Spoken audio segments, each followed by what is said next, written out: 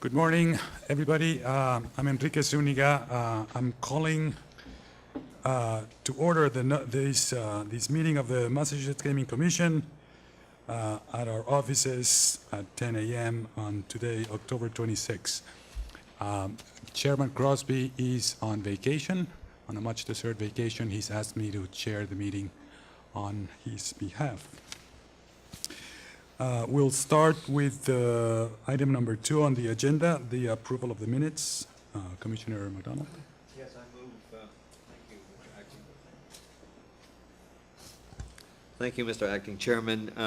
I move that we approve the minutes of the meeting of October 12th, 2017, as appears in the packet, subject to correction for typographical errors and other non-material matters. Second. I just have two quick edits. First of all, under the, it looked like prior to the Ombudsman report on page 5, second paragraph from the top, I suggested MGM could have a check-in call. Just make sure that the call and not a meeting or word is inserted after check-in. And then over on page 2, I just noticed under the fiscal year 2017 budget closeout, we mentioned our esteemed Maria by her first name. Consistently, we put Gaming Commission staff's title in front of their name, so if we could just add that to add Maria's title. I think it's Revenue Manager.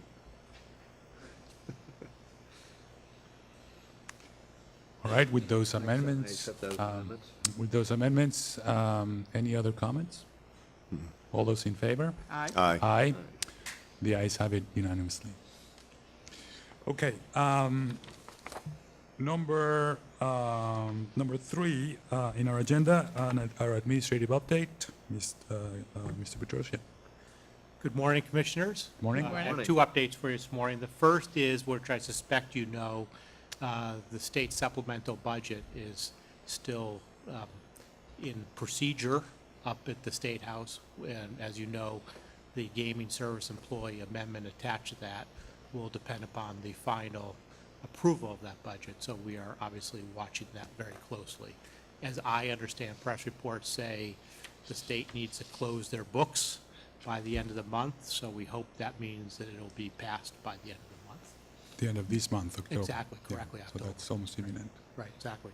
Yeah. The second one is a personnel matter. I'm going to do something that's rarely done. Commissioner Cameron will appreciate this. I'm going to ask a state trooper to come from the back of the room to the front of the room. And if you know state police protocol, the back of the room is obviously the prepared place where they like to be. Trooper Dean Cerullo, as you may know, is leaving us after 5 years of service at the MGC and 22 years on the state police. Dean and I actually met because he was at the AG's office at the same time I was. So we worked before coming here, and have a lot of admiration for the way Dean holds himself out as a state trooper. He did in the AGO, how he represented the commission here. Police, the public perception of police ebb and flow with the tide of how things go. I think when people meet people with Dean, who usually comes at you with a big smile, they're really impressed. And we just want to thank Dean for all his work with the state police, at the Attorney General's office, here at the MGC, and he's moving on to what he calls Chapter 2 of his life. And we suspect he'll be as successful in Chapter 2 as he was in Chapter 1. So, Dean, thank you very much. Thank you. Yeah, I'd just like to add to that, coming here from another state police organization and knowing how investigations should be conducted, I can't be more proud of the way the state police, and in particular Dean, one of our original 5, came in, learned the subject matter in a hurry, under lots of I'd say some kind of pressure about some very high-level folks were looking hard to get a license, how professional the team was, how they went about their business. Didn't matter how many times they had to go back to Macau, they were going to get the right information before we made our licensing decisions. And watching them perform, watching the professionalism, again, very proud, served us really, really well. And Dean, I want to thank you and just comment on, again, on how well you served us and how well you served the state police. Tremendous career, and I know there is life after, so good luck to you. Well, I would like to say, number one, that I would second and incorporate everything that Commissioner Cameron just said, and there was one experience I had with Dean in which I fell far short. I saw him one day with a canister of water in his hand, and I asked him how many bottles of water he drank a day, and I can't remember, it was something like 5 or 6. and he explained that was the key to his extraordinary physical health. So I started buying multiple bottles of water, and I couldn't possibly keep up with it. So, but in any event, that's the least significant thing. But Dean, thank you very, very much. Thank you. Other comments? I have comments, but let you. All right. Well, sadly, Dean, everybody who goes through public service always has that one incident in their career that they'll be remembered by. For you, it was probably misplacing Judge McHugh at a hearing, but now I've... now I've thoroughly enjoyed the opportunity to work with you in the original Fab Five, so appreciate your service. Can't believe you're ready to retire. You must have started with the state police when you were like 9. But you will be missed. Best of luck in Chapter 2. Let us know how it goes. Well, the only thing I would add is that, Steve would say the same thing that everybody is saying here. We'll miss you. We will miss your humor. Not only the professionalism that you bring to your work, but you bring it with a real elegance and in your humor and good spirits. So we wish you a lot of luck. Thank you, Dean.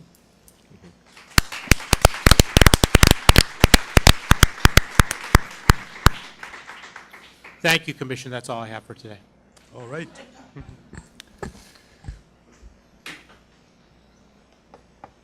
Next item on the agenda, as they start getting settled, it's the finance report. We have a quarterly budget update from the finance team. We do. Director Lennon, Thank you.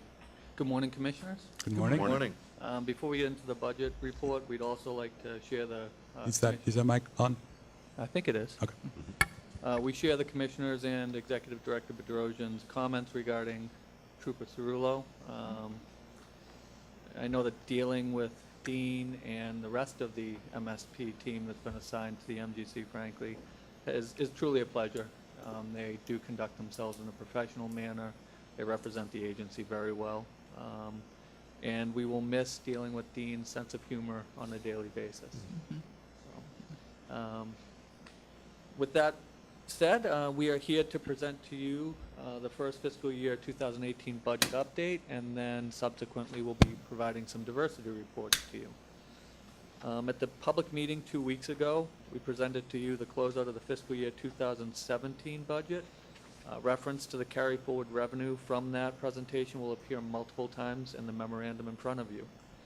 In June of 2017, the Massachusetts Gaming Commission approved a fiscal year 18 budget for the Gaming Control Fund of $29.15 million, which required an assessment of $24.45 million on licensees. Balance forward of the FY17 surplus revenue and first quarter activity has resulted in the anticipated FY18 budget decreasing by $24,600 and the assessment on licensees decreasing by approximately $872,500. The Gaming Control Fund spending is composed of 5 areas And then the MGC's regulatory costs, which we always break out and we want to distinguish, are only about 18.75 million of the total 29.15 total. Through the first quarter, the divisions have requested amendments to the initial budget that resulted in a 24,600 decrease. That's why you don't see them as requests in front of you, because they're all within the total mounted budget, so I just put them through as approved on the sheet. At this point, the MGC Office of Finance and Administration is not recommending further reductions to the assessment, and will wait until the mid-year budget discussion to get a better picture of what the MGC's operational needs are to be ready to regulate the MGM Springfield facility, which is opening in the first quarter of fiscal year 2019. If you recall, during the budget debate, we said we'd be coming back to you as the time frame firms up. It looks like we will need to add some costs this year. We're still developing that. The bottom of page 2 of the memorandum illustrates how the fiscal year 17 balance forward will be distributed to offset licensee FY18 assessments. We'll be sending out our second billing on the assessment following this meeting. And as is usual, there are 3 appendices to this memo. Appendix A is a listing of revenues and spending by account for the MGC through the first quarter of FY18. Appendix B is the detailed adjustments that have been made to the MGC's budget in the first quarter, and Appendix C is a snapshot view from the state accounting system of each division's budget to actual for Q1 of FY18. At this point, I'd like to ask if you have any questions as I've concluded my brief update. Derek, one quick question. Savings so far in the first quarter, 24.6 thousand. Is Yeah. that just delay in filling positions, or what accounts for them? That's the majority of it. It's a delay in filling positions and the associated fringe benefits with that. On that note, there is a debit of 125,000 to the ISA, the second to last item, Correct. and a credit of 145,000 to non-payroll expenses. Can you describe those a little bit? Yes, so the ISA fingerprint, each year we carried it around 175,000. We've spent maybe 23 is the most one year, so we went back to the state police. They said they'll probably need about 50 this year based on all the hiring that we're anticipating. The next year they'll need 175 probably when we have the big crush between the 2 facilities opening. And we needed a firewall, the 130,000 that you're talking about, to cross over our licensing management system with the CGIS network, which took a lot of work through our Mass IT, a lot of work through EOPS, and a lot of work with our IT team to build out this structure that allows us to have one system up and running for our investigators to be able to do both the fingerprint background check and the query polls, as well as then working in the licensing management system. So that's what that Right. 2 things, they pretty much stayed within the same area. Right. And I mentioned these to Director Petrosian, but I would like to, as the treasurer, to be involved in the decision-making of items like this going forward. I think it's a great recommendation. It's a great offset. It's very relevant in terms of the items. But we never really spoke about these kinds of things relative to the delegation of the amount of money that we're effectively delegating you to make these kinds of changes, Director. And I don't think we need to establish one necessarily. I just would like to be involved going forward. Yeah, I completely understand that, and I think Agnes and I can do a better job of keeping you in the loop on that. Thank you. It's the first I've heard of the integration with the CGIS network, so it took a lot of work, both A parties. lot of work. It's been ongoing for 4 or 5 months now. Part of it propriety information, or was it just the systems were very different? So it's setting up a framework so that information doesn't pass between the federal system I see. and then the state systems. So it's really the requirements that the feds have, because this is very Yes. secure data. Yes. It exceeds any of our thresholds. The only person that really had that ability in the past was EOPS. Mhm. So we had to then work with EOPS, because we're not just crossing over the federal system, we're crossing over onto their network. So we have, I can't explain the diagrams, I've seen them 20 times. and all of our IT team, the state's IT team, and EOP's IT team got together, and there are a lot of components and switches and firewalls that had to be built to allow this to happen. And it took a lot of minds to make this work out, and operationally, it makes sense. Yes, it does. Because what we had were troopers sitting out back, or part of the IAB sitting out back with literally two systems open at once, and they turn over here to do one piece of information and turn over to this one to do another piece of information, because they require separate logins. They're on completely separate networks, so it's not just like having a separate window open on your computer. Great accomplishment. In a unrelated meeting with another state regulator this past week, and now that we're talking about it in public, it probably doesn't matter, but I mentioned that we had this capability, and the other state regulator was very jealous. Yeah. Because they had said, for what they do, and I won't mention them, this would have been very helpful too. But they recognized exactly what CFAO Lennon talked about, is the process to do this was a monstrous process. So we're very fortunate that we got through this, so. Yeah. But I appreciate obviously the comment on the delegation and spending authority and making sure it gets done. So we'll obviously keep that in mind also. Right. Great work. Thank Yep. you. But I can't take credit. Like I said, it was the IT teams that did the work on this, and the IAB helping to spec it out. But I just get to come forward and explain it. I love when we find efficiencies, and Yeah, I and this think is a great in anticipation to the the big workload that we're going to have on the opening of, that we're already starting to see in the workload of the opening of MGM. I think the timing is superb. I just wanted to make that. Yeah, and as you and I talked about this, it does make sense. It's consistent with what we've done for the rest of our teams.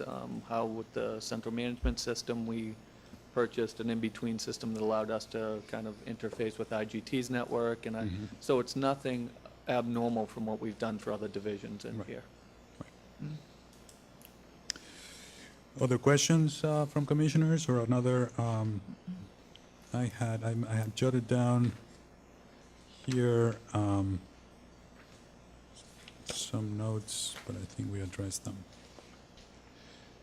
I made a note here just for clarification on the racing side, Fund 003. We have a current budget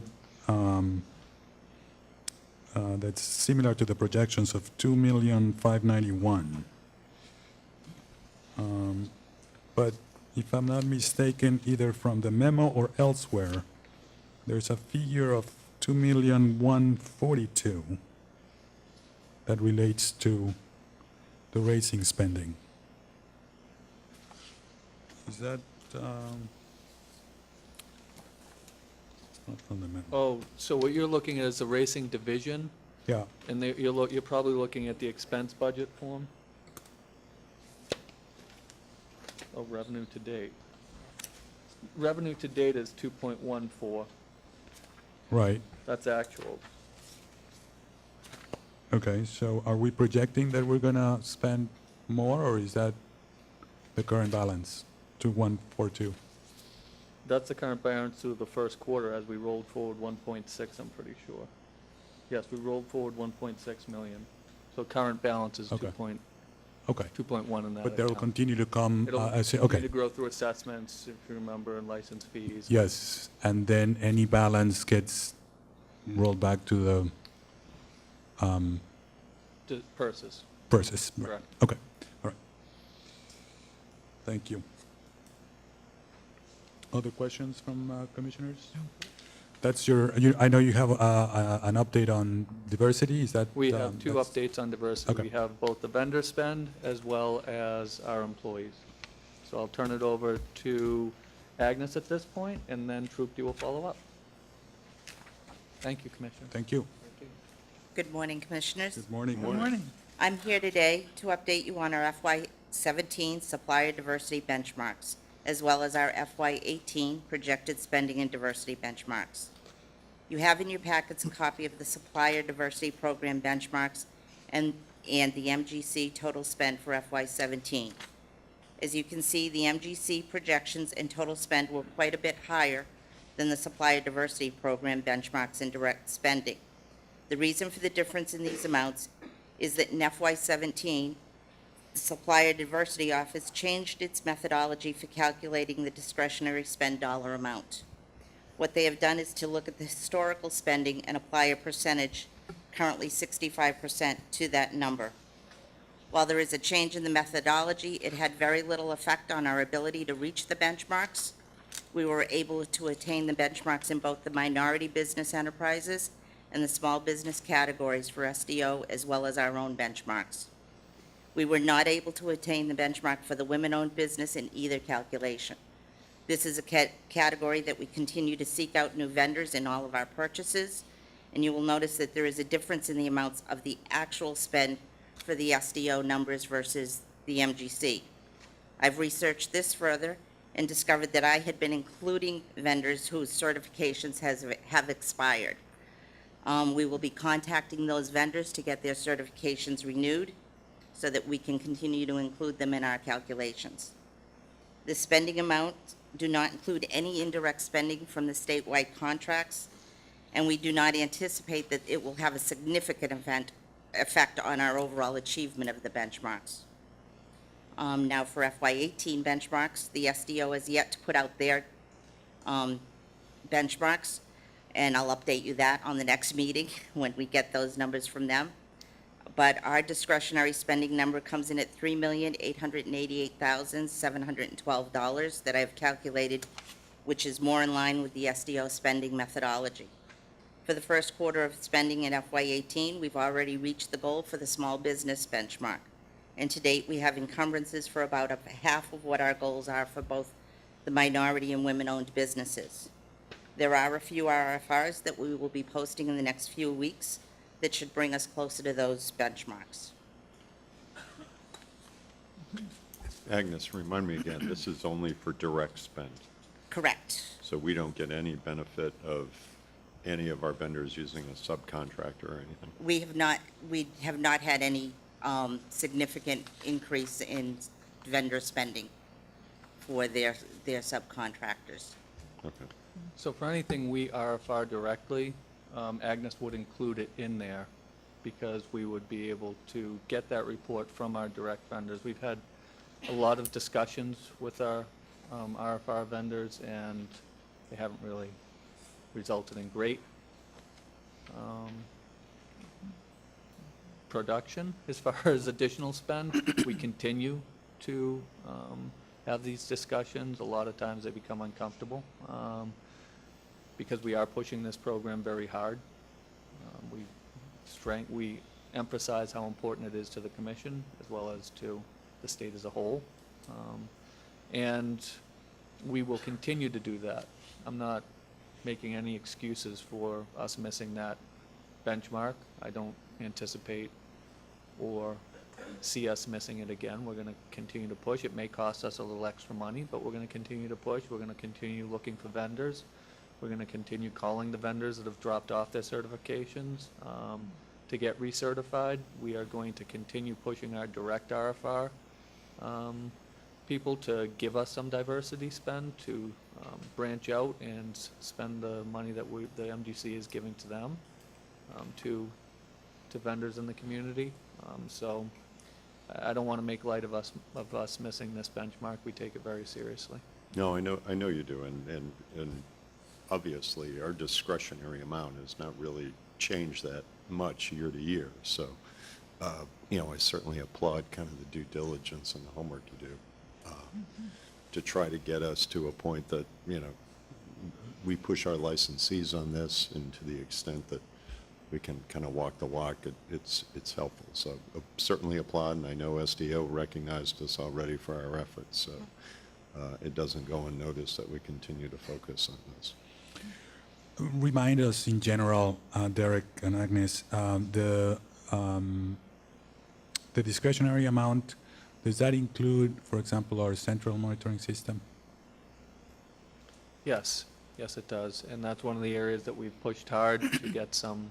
It's our biggest spend, probably. Yes, and we've pushed hard to get Some subcontracting. diversity spend and contracting out of there. We will continue to make that push. Right. Because that's one RFR that I remember when they responded, that was one of the commitments. So they did not put an actual dollar amount, but they said they would do everything possible to spend in both Massachusetts in a diverse manner. Right. Okay. Now, other items like the lease is not in the discretionary. That's not discretionary because it's, what are we going to do? utilities are not discretionary because you use whatever utility company is available to you. Right. So there are certain areas that Right. are not included. Well, it may go without saying, but this is such a large and fixed contract. This is a contract that is going to be with us for a number of years. 10. So any changes that we can, any credit that we can get from that contract, I think, and I believe some of the uncomfortable discussions, reference that you made is directly Yes. related to that one. But that's one thing that we need to continue to push. Correct. Other questions, Commissioner? Just one quick question. Agnes, when you contact these companies that have let their certificates expire, are they aware that they had expired, or? Some of them are not. Okay. I personally didn't even know that category existed in the warehouse until I spoke with our OSD the other day, because I couldn't understand why our numbers were so off on the actuals. I see. And then when I looked at it, it was at every single item. When I recalculated, it was exactly that. It was that OSD didn't have a certificate on file, so therefore they weren't counting that as spent. So we will be sending out emails and letters to all of these vendors to get them recertified in that particular category. Okay. Thank you. Other items on the diversity front? Oh, Now, Troop, you will give us Yes. an update on our hiring diversity. Yes. yes. Good morning, Trupti. Commissioners. Good morning. Good morning. So to update you, our current headcount is makeup of 67 MGC employees and 19 seasonal racing employees for a total of 86 employees. And some of our recruiting activities since the beginning of the year, we hired 7 new employees, 3 in the IEB, 1 in IT, 1 in human resources, and 2 seasonal racing hires. And we had 17 returning seasonal hires. And this year, we had 7 folks start with the agency, and we had 9 employees depart. Our diversity goal is 25%, and the greater Boston town is 42% diverse. The area diversity data comes from the Donahue Institute, and the Massachusetts diversity is 25%. Gender demographics for MGC are about 50-50. We had 49-51 in 2016. And today, we are at 50-50, so we're remaining consistent there. And since last year, we were 3.2% from goal. This year, we're slightly behind from then at 5.2 points from goal of 25%. And some of the efforts that we've made last year were consistently reviewing a larger pool of candidates for our open positions in terms of a lot more phone screens, a bigger group folks with transferable skill sets. Those are things that we consider to broaden our pool of candidates. We've also, the positions were posted on our job boards, connecting to the Mass Careers website, MGC, LinkedIn, just to broaden our reach for candidates. Open positions are also picked up by other job search sites, such as Indeed and Simply Hired, to capture additional candidates. And we had an agency-wide diversity training last year within our fiscal year. Moving forward, we're working to reconnect with several affinity groups to streamline our process of connecting our open positions, just to get them out there. They don't have a typically a direct website that we can post all of our positions to. So it's a one-by-one reach. So we're trying to aggregate the groups, develop a streamlined process to get our open positions out to them. And then as far as moving forward, we'll also participate in job fairs and holding information sessions. We anticipate hiring a large pool of candidates within our gaming agent team. And I think that we have a great opportunity for growth and diversity there as we move forward, because there's a broad skill set that would fit within that background for that particular position. So by holding information sessions, candidates can better understand what the role entails. We can share some information about the role, and so that way they can learn and possibly express interest or apply for the position. So. Are we looking to hire a mix of new folks and experienced gaming agents? Is that the plan? Yes, we're hoping to have some positions where we would have experience, but some of the agents themselves, we were open to folks without previous gaming experience, and we have a robust training plan with the investigation team and Bruce's team to ensure that they can get up to speed by visits to the casinos, table games training and various training that we hold, which is about 2 months of training before they Yeah. go out into the field. A mini academy. A mini academy, that's right. What is our expected hiring as we ramp up MGM? How many more positions are we hoping to add? Well, that's a it's a simple question, but it's also a loaded Right. question. We're actually, I think CFA Lennon referred to this, that we are starting that process literally today to talk with, and Derek's gone around and talked to staff about what will be implicated in this potential budget year. And I could give you a number, but it's really, in the end, subject to the commission budgeting that number and approving that number. So I think we are, somewhere around potentially 10 or so gaming agents at MGM. But again, we're working on refining the number, justifying that number, doing all those things. And there may need to be other staff. Derek is going to need someone who knows how to do table revenue. We're not accounting for table revenue right now. So as the agency grows, we have to grow on our pure regulatory side and maybe slightly on our support side. So we're not going to grow exponentially. And some of the challenges of being what I call a small to mid-sized agency, obviously, is if you lose a few people. In the past year, we did lose some folks, some diverse staff to various reasons. Your numbers take a hit, but we have to be cognizant of that. And from my mind, I'm trying to figure a way, working with Troop D, and she's on me all the time about this in a fair and reasonable way, of trying to get diversity, not only in a place like gaming agents, but up and down, in senior staff also. So I consider that when we have, and there aren't many senior staff positions open, but when they are open, obviously, we will consider that also. Yeah, I mean, obviously, I don't want to say we have a great deal of time, but obviously, a way to kind of close, this small gap that you have between our goal and what we currently have is obviously to take advantage of this kind of next big hiring opportunity. Also, I would expect we're keeping in mind patron base for Springfield is going to be a lot more diverse than it probably is for Plainridge, having gaming agents who are diverse to interact, where appropriate with certain patrons would help.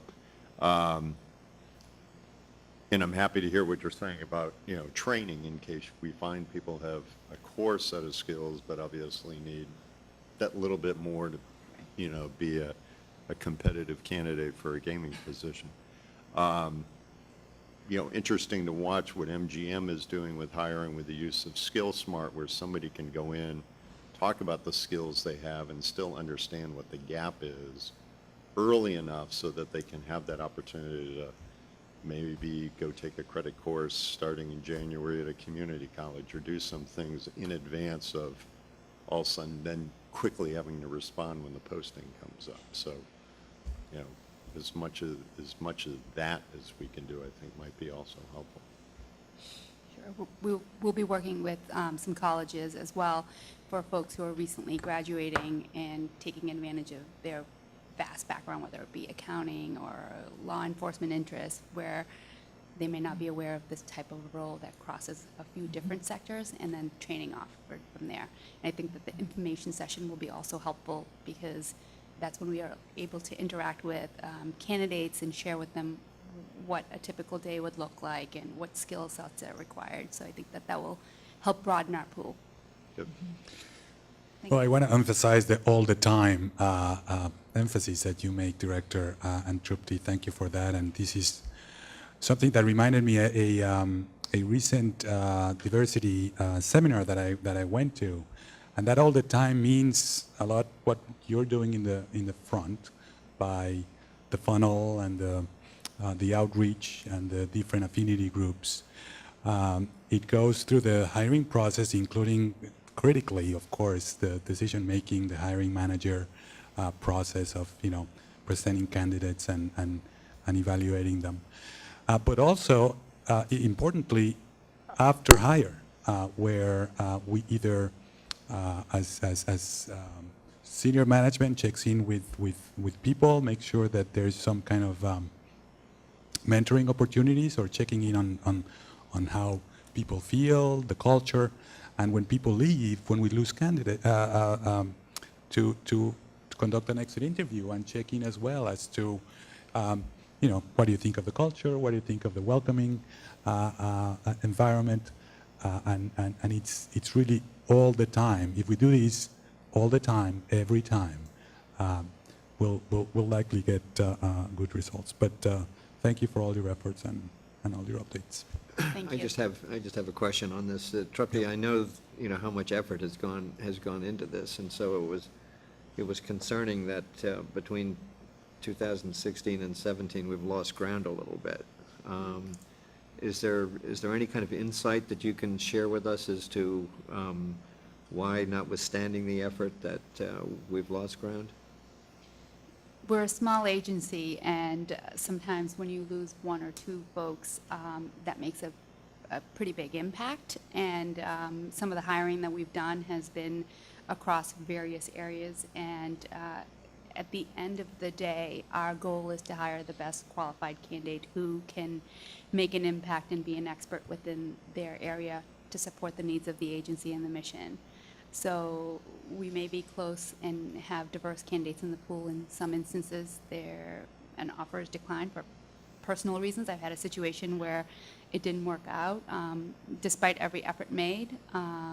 Sometimes there's a situation where we have a candidate who has the exact skill set we need, and as a manager, that's a decision we have to make, and really allowing them to be successful as well.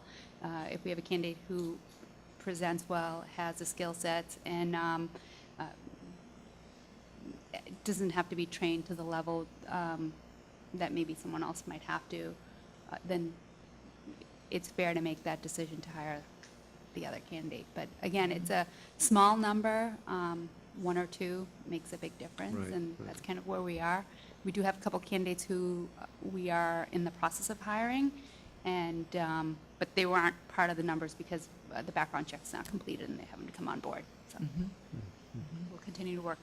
And I do just want to add, one of the policies that the commission approved early on was our hiring policy and our interview policy, which requires our diversity officer to be included in the interviews, and Trupti is our diversity officer. So what Executive Director Bedrosian said to you is the same thing that every director in the office hears too. Trupti will question, why do you think this candidate is better than a diverse candidate? And, she really works hard on the directors when they make hires. We do hope, just like with the women's spend, we do not want to be back here again saying we're below 25% next year. Thank you. Other questions? I think that that does it. Thank you very much for the update and your Thank you. efforts again. Let's get into the next item on the agenda. I see Dr. Volberg and Elisa waiting there patiently. Please come on forward. Director van der Linden.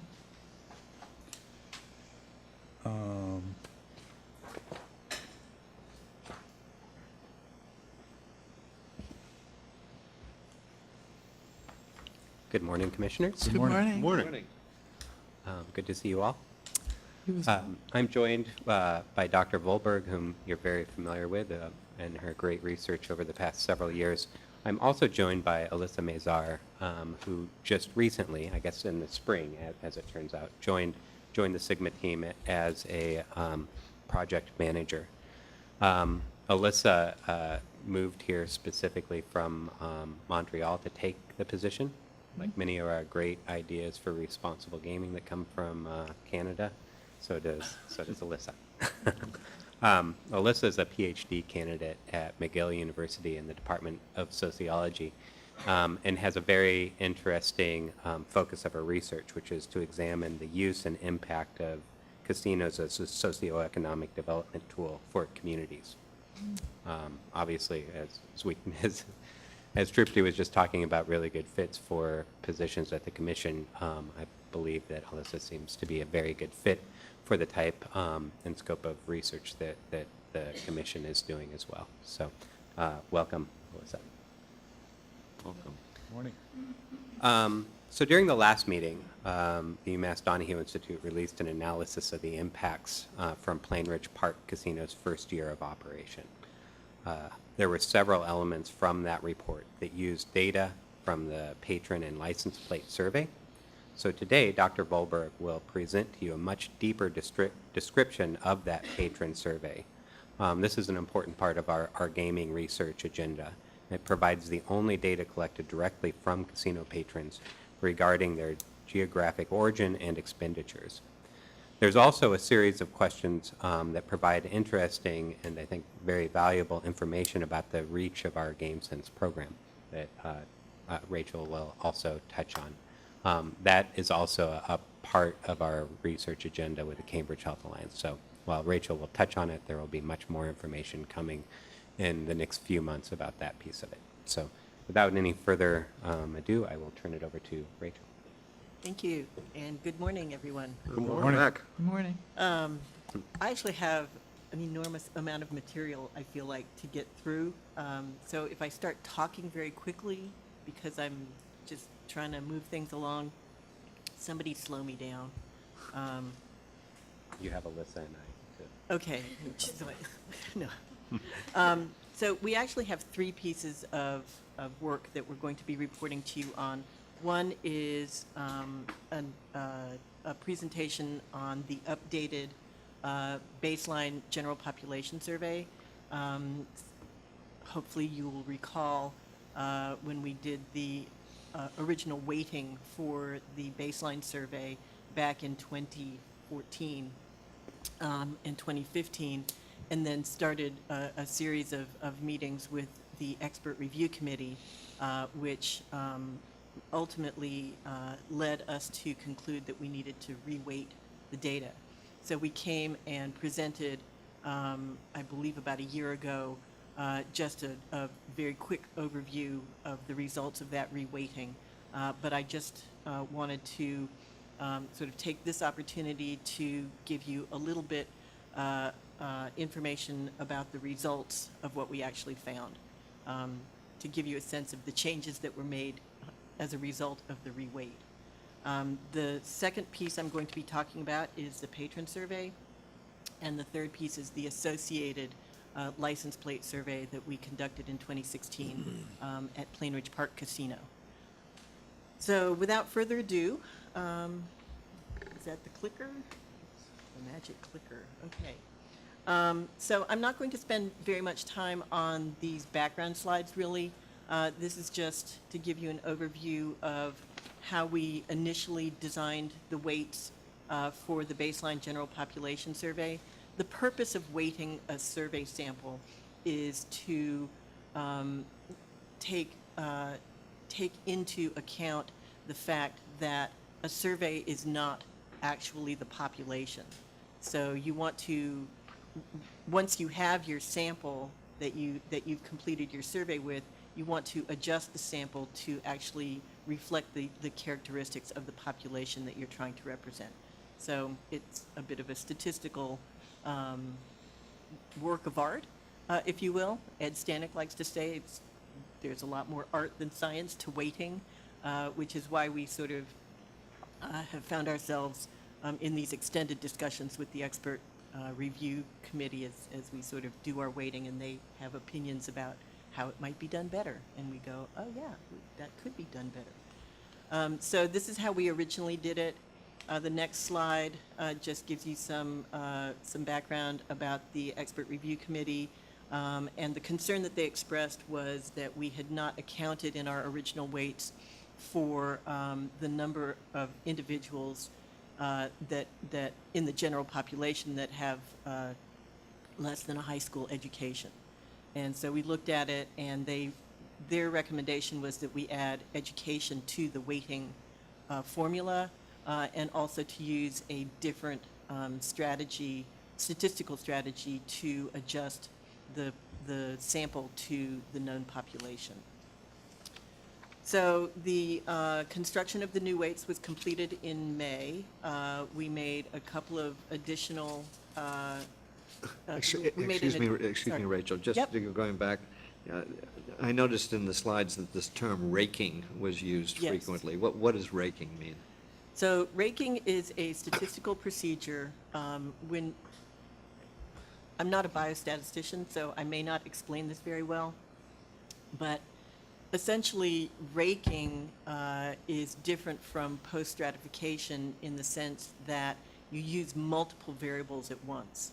So instead of saying, okay, now we're going to adjust for gender, and now we're going to adjust for age, and now we're going to adjust for ethnicity, and now we're going to adjust for education, raking is basically you do all of those iteratively, which is why it's called raking, because you go back over and over again in a statistical program to end up at the end with everything being adjusted for simultaneously. And This is just one of the two strategies that she's referring to, that we started, if I'm not mistaken, with the post-stratification yes, strategy, which Yes. is, again, a method of correcting, trying to guess better the total population based on the sampling. And after those discussions, you migrated to raking. You'll get into a chart that compares the two results, right. which is the one that she just described. For some reason, I think of those Japanese things, garden things that you rake, Yes, that you the- use to rake to move the little. I wish it was that to- one rather yeah. than this one.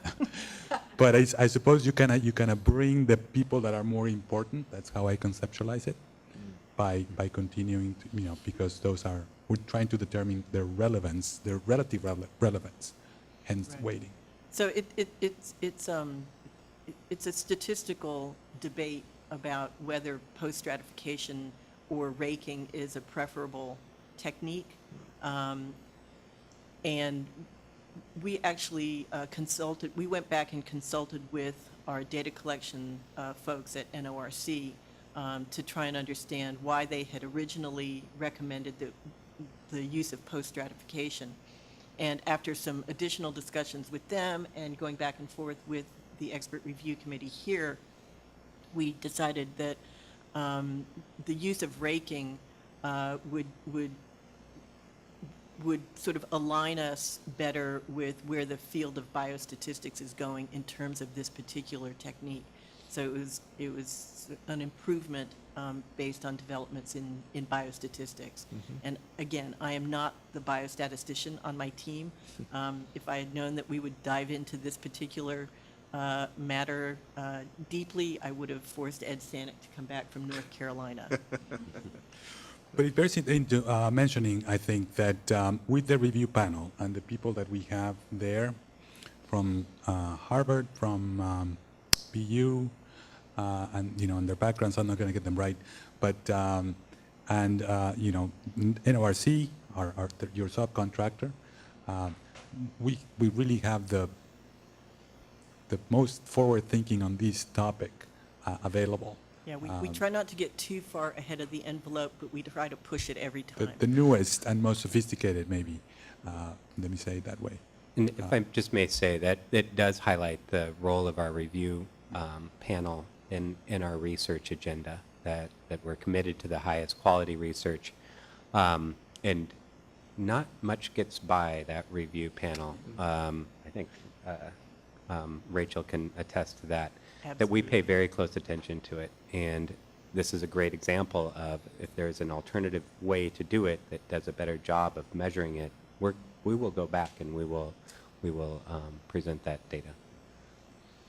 So I gather then the essence of it is it's a means of adjusting the data to more faithfully reflect the population that is being examined. Yeah, to get it closer. So this next slide actually will show you that, so the weights that we used in post-stratification were gender, race, ethnicity, and age. And then in the raked weighting procedure, we added education. So you'll see that there was relatively little change in the proportion of males, for example, and in the proportion of people who were white. And even in the age categories, there was relatively little change when we used the raking procedure rather than the post-stratification. But you'll notice that if you look at the proportion of people who had less than a high school or a high school diploma, in the post-stratified approach, we had only 17% of our respondents who were in that category, versus when we did the raking procedure, it was up to almost a little over a third. So that was the impact of the change in the weighting procedure, the main impact. And are these numbers meant to represent the percent of the population in each of these categories on the state? Yes, so they've been, so the raking procedure matches them to the known characteristics of the state of Massachusetts. Which are close, not represented in this slide, but are close to these figures. Yes, yes. So we got closer in terms of the education being representative, and that was what we were aiming to do. Great. So that said,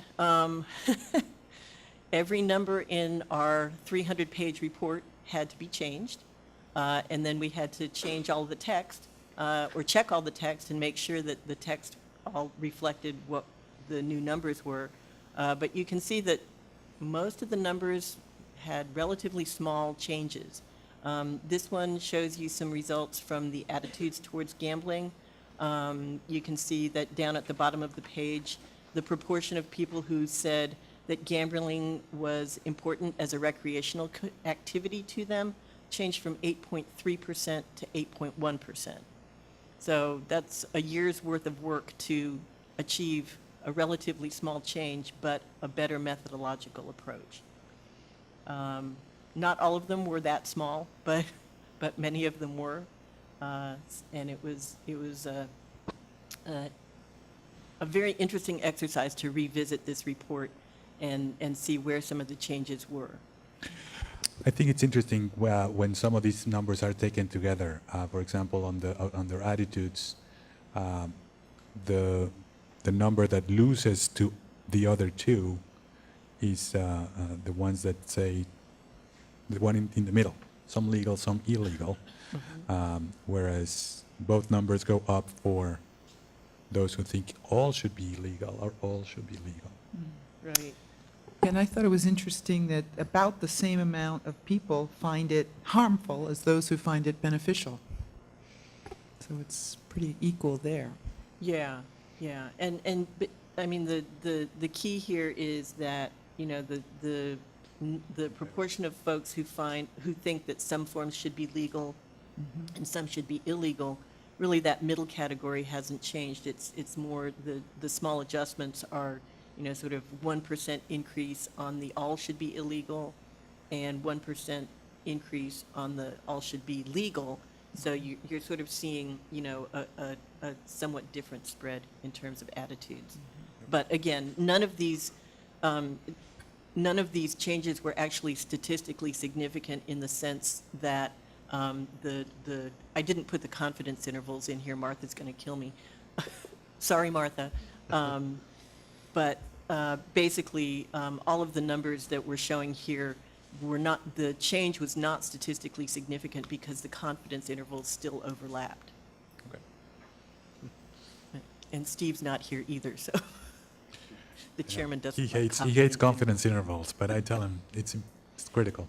Okay, so this is all of our past year gambling participation activities. You can see, again, the changes are relatively small.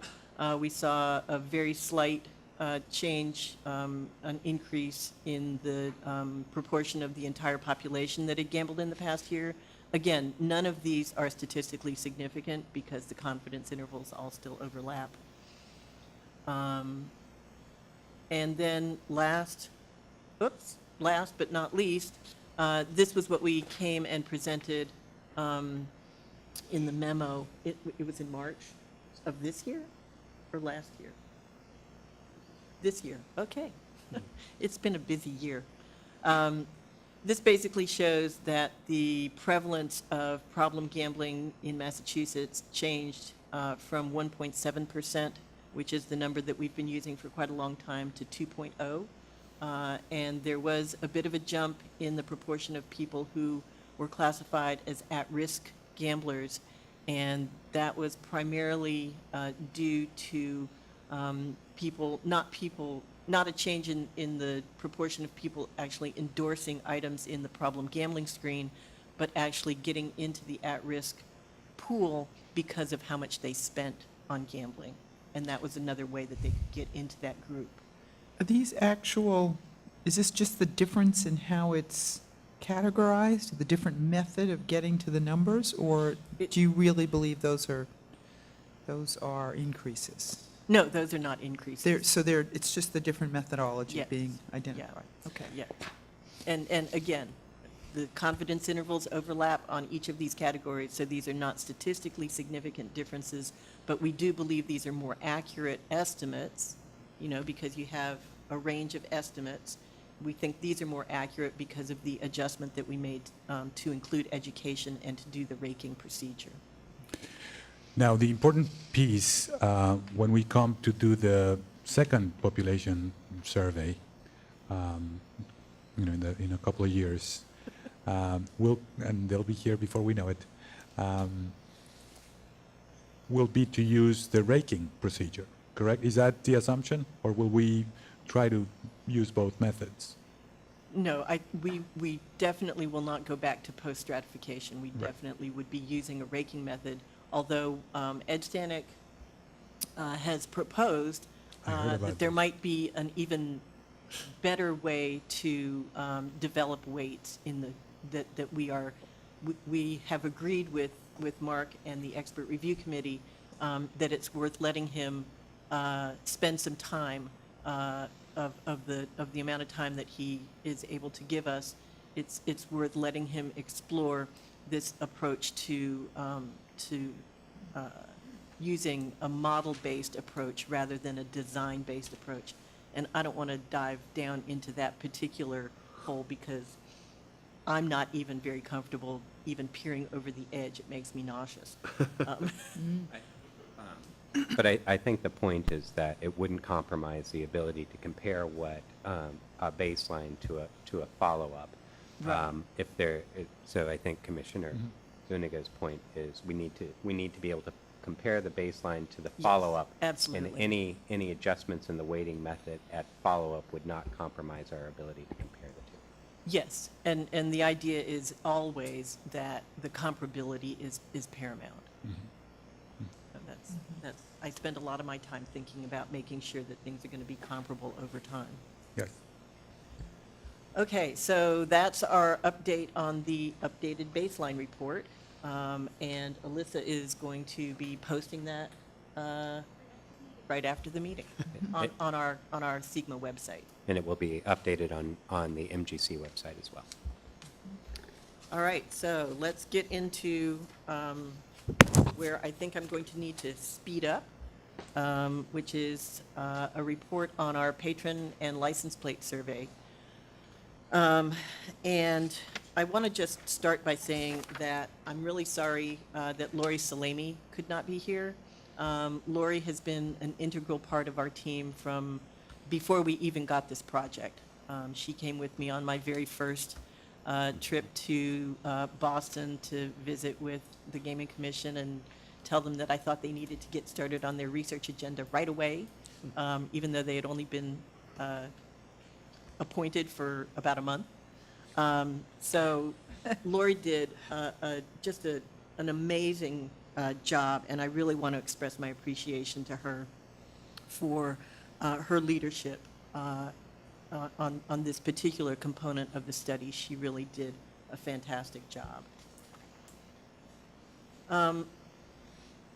So I think I'm going to skip past these next several slides. They're just intended to sort of give you a sense of the larger Sigma project and where the patron survey kind of fits in. So, you know, these are the objectives of our social and economic impact study. We have social and health impacts, and we have economic and fiscal impacts. And the tendency with social and economic impact studies is they tend to be done separately for the most part. So, you know, there's a social impact study, and then there's an economic impact study. And one of the unique aspects of what we're doing here in Massachusetts is we are sort of keeping those two pieces very tightly aligned, which is probably what I spend a good bit of my time doing, making sure that one train doesn't get in front of the other. In this particular, and then we have the phases of the project. So we were in baseline for quite a long time. We are now well into the operations part for the slot parlor, but we're still doing the development and construction pieces for the two big casinos. Do you list the crime analysis separately? Is that? The crime piece is subsumed under the social and health impacts. But I'm not really, I don't really want to talk about the larger project. I want to drill down to this particular piece of work. So these are our main areas. But this was the patron survey was written into our research plan from the very beginning because we knew from the beginning that it was going to be essential to understand how people changed their spending on gambling. We would need to actually get information from the patrons at the actual properties. So I want to just give a deep and sincere thanks to Plainridge Park Casino. They were just a pleasure to work with. They were extremely responsive to all of the asks that Lori made to be able to position survey teams in the casino itself, or at the exits to the gaming floor. And we just really want to thank them for being a terrific partner in this particular enterprise. And the point person on that is Lisa McKinney, who is Sitting right joining behind us you. today. Welcome, Lisa. So one of the other unique aspects of the patron survey is that it was a completely joint effort. It was, Lori worked with our side of the shop and with the team at the Donahue Institute in terms of, you know, how were we going to sample the patrons? What were we going to ask them in terms of a questionnaire? You know, once the data were collected, Lori worked in terms of across the two teams in terms of analyzing the data and in drafting the report. So she really sort of held the whole thing together across the two parts of the project. So these were the main purposes of the patron survey,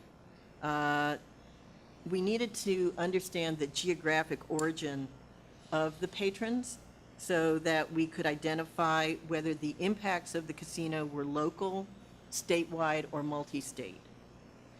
We were especially interested in determining the amount of recapture of spending that has been going out of state for a number of years to casinos in other jurisdictions. That was actually one of the rationales for the passage of the legislation in the first place, so this was utterly key to that, to understanding that. And then we also wanted to understand how casino patron spending in other parts of the locality, so outside of Plain Ridge Park, but still in Plainville, sort of what that kind of spending looked like as well.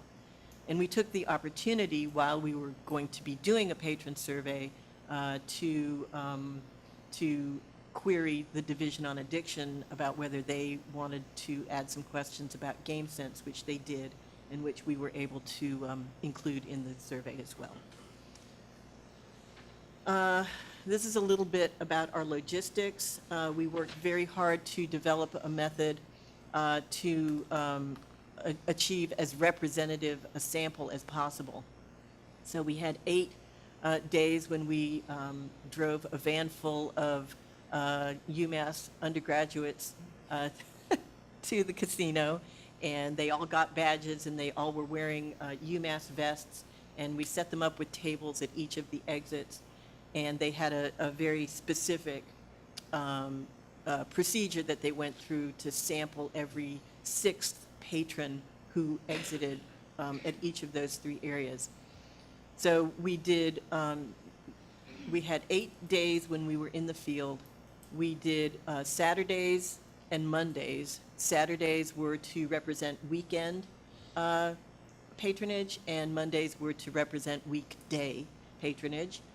We sampled in February, and then again in early August, and we varied the 4-hour time frames so that we had for each summer and winter we had an afternoon period on a Saturday and an afternoon period on a Monday, and then an evening period on each of those days. So we were trying to just get as representative a sample as possible based on what we understood about the patronage. And we achieved a sample of 479, which was 96% of what we had projected we needed. Rachel, on that,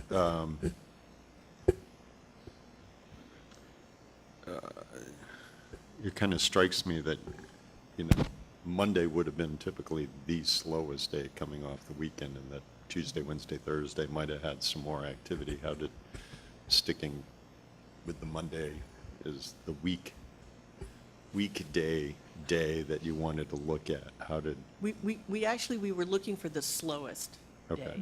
So we wanted the peak highest day, and we wanted the slowest day. Okay. So we Okay. could sort of look at those differences in patronage by. Your impression was correct, Commissioner.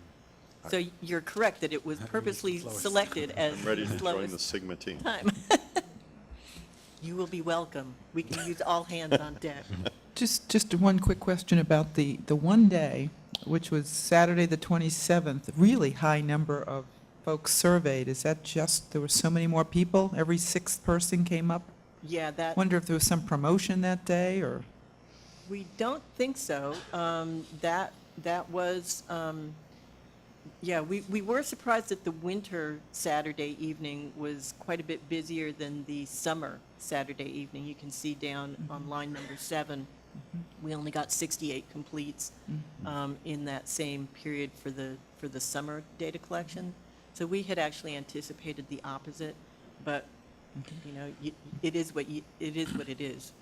But on that note, is the variability explained by the rate of response or the rate of people? It's the rate of people. Yeah, so that's how many. Right. I mean, and actually there was a small number of people, particularly on that heaviest day, that we actually missed about 15 people who should have been the sixth person, but we didn't have somebody available to go and ask them if they'd like to do the survey. Because you were so busy. Yeah. Rachel, why not Sunday? Because, well, Sunday is a weekend day, but the busy time on Sunday ends at about 6 p.m. So, if we had wanted to do a Sunday, doing a 6 to 10 p.m. on Sunday would actually have been more like a weekday, more like a Monday than Makes a sense. Saturday, than a weekend. Yeah, Have been non-representative. it would have been less representative, yeah. We were looking for the heaviest and the lightest traffic days. Okay, I'm getting ahead of myself. I'm not going to spend any time on this. This was just, we had teams and they had different tasks, and we gave them gift cards if they agreed, and we got information about them. Even if they refused, we got some demographic information that we could use to weight the survey data later on. And we got a overall response rate of about 22%. Is that good? Is that It, the number you were hoping to have? you know, this is actually, well, it's a good question. We would have liked to get a higher response rate, but when you look at consumer research, actually a 22% response rate is quite high. Okay. So we were pleased that we got that high. I think if this was a general population survey, we would have been a bit more dismayed. But you know, it was what it was. So you can't force people. You can't like grab people. You have to. If they refuse, then you have to be polite and let them go on their way. So I would say if this was, you know, a survey about what are your preferences in shaving cream, if you get a 10% response rate, you're lucky. So this just these pictures just sort of give you a sense of what the setups look like at each of the 3 different exit points from the gaming floor, including at the over by the racing section. The questionnaire had 5 main sections. I'm not going to spend too much time on that. Here we are at weighting again. We did originally weight the sample just by the different rates of refusal among demographic groups. So we had higher rates of refusal amongst specific groups of people. Men were more likely to refuse than women, for example, and younger people were more likely to refuse than older people. So we actually had information about the people who refused on those observable demographic characteristics, and our initial weighting procedure only used that information. And then with the help of the expert review committee, we recognized that there might be a need to develop a more elaborate set of weights that adjusted for differences in patron volume by season and period of the week, in addition to the demographics of the people who participated. So again, I want to just call out Plain Ridge Park Casino for their great cooperation. We hadn't even known when we went into the field that PPC had a system for counting people entering the casino. So they actually had average hour of the day, day of the week, and month of the year counts for people entering the casino. And we were able to, they were able to provide that data to us, and Ed Stanek worked his magic to reweight the patron survey data to correct for the differences in the sampling times as well as the characteristics of the responders. Let's see. Oh, this is just to note that in the report, which Alyssa is going to be posting at the end of this meeting, we actually have a lot of tables in the appendices where the data are provided separately by summer, winter, and then combined. So I'm not going to go into any of the differences here. I'm just going to try and give you a quick flavor for all of the data that we collected, because even though the economics team only needed the recapture data, we actually got a lot of interesting information from this survey. Rachel, you reminded me, just recently, the economics team was here presenting the second The operations operations report, report. which included a $100 million figure Yes. on the recapture. You'll be seeing that again. Is that the same figure? Did they get it from these? Yes. Okay, Yes. great. So, yeah, we kind of flipped the order of the presentation. No, but that's good to clarify. Yeah, so, and you'll be seeing that figure again Okay. quite shortly. Okay. So this just shows you that the majority of the patrons at Plain Ridge Park Casino come from either Massachusetts generally, or actually from Plainville and the surrounding communities. We only had about 20% of all of the patrons who came from outside of Massachusetts. In terms of patron demographics, they were fairly evenly split between male and female. They were somewhat whiter than the general population of Massachusetts, and also a little bit older. They tended to have higher education. You can see over 3/4 of them had some college or more. And not too surprisingly, I suppose, almost 1/3 of them were retired. Again, this slide focuses on frequency of how often people had visited Plain Ridge Park Casino in the past year. And you'll see that almost 14% of them said that this was their first visit to Plain Ridge Park. But on the other end, we had about 30% of them who visited 1 to 3 times a month, and then almost 40% of the patrons said that they visited once a week or more often. So it's quite a loyal set of customers that we ended up interviewing. This was information about why people had chosen to visit Plainville or Massachusetts, and almost 2/3 of them said that it was actually Plain Ridge Park that had led them to visit Plainville or to come to Massachusetts. And with the majority reporting that they had a good time, and again, a majority saying that they planned to return.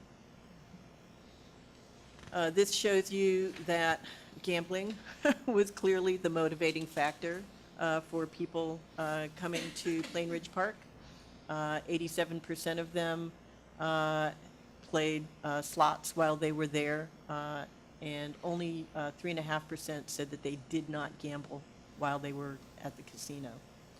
Probably not too surprising, but it's interesting to see, for example, the split between the slots play and the horse racing. There was, even though there's a horse racing track at Plain Ridge Park, the patronage, the in-person patronage of the horse racing side is lower than. Would that have there's no racing on Saturday?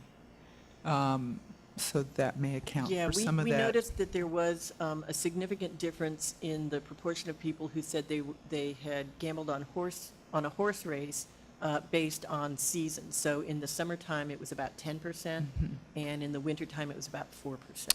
And if you surveyed on a day that they had racing, those numbers may have been different as well? Yeah, it's possible, but Yeah. I don't think they would have been much higher.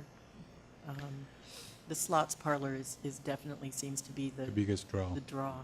Rachel, can I go back to the prior slide for a minute? Sure.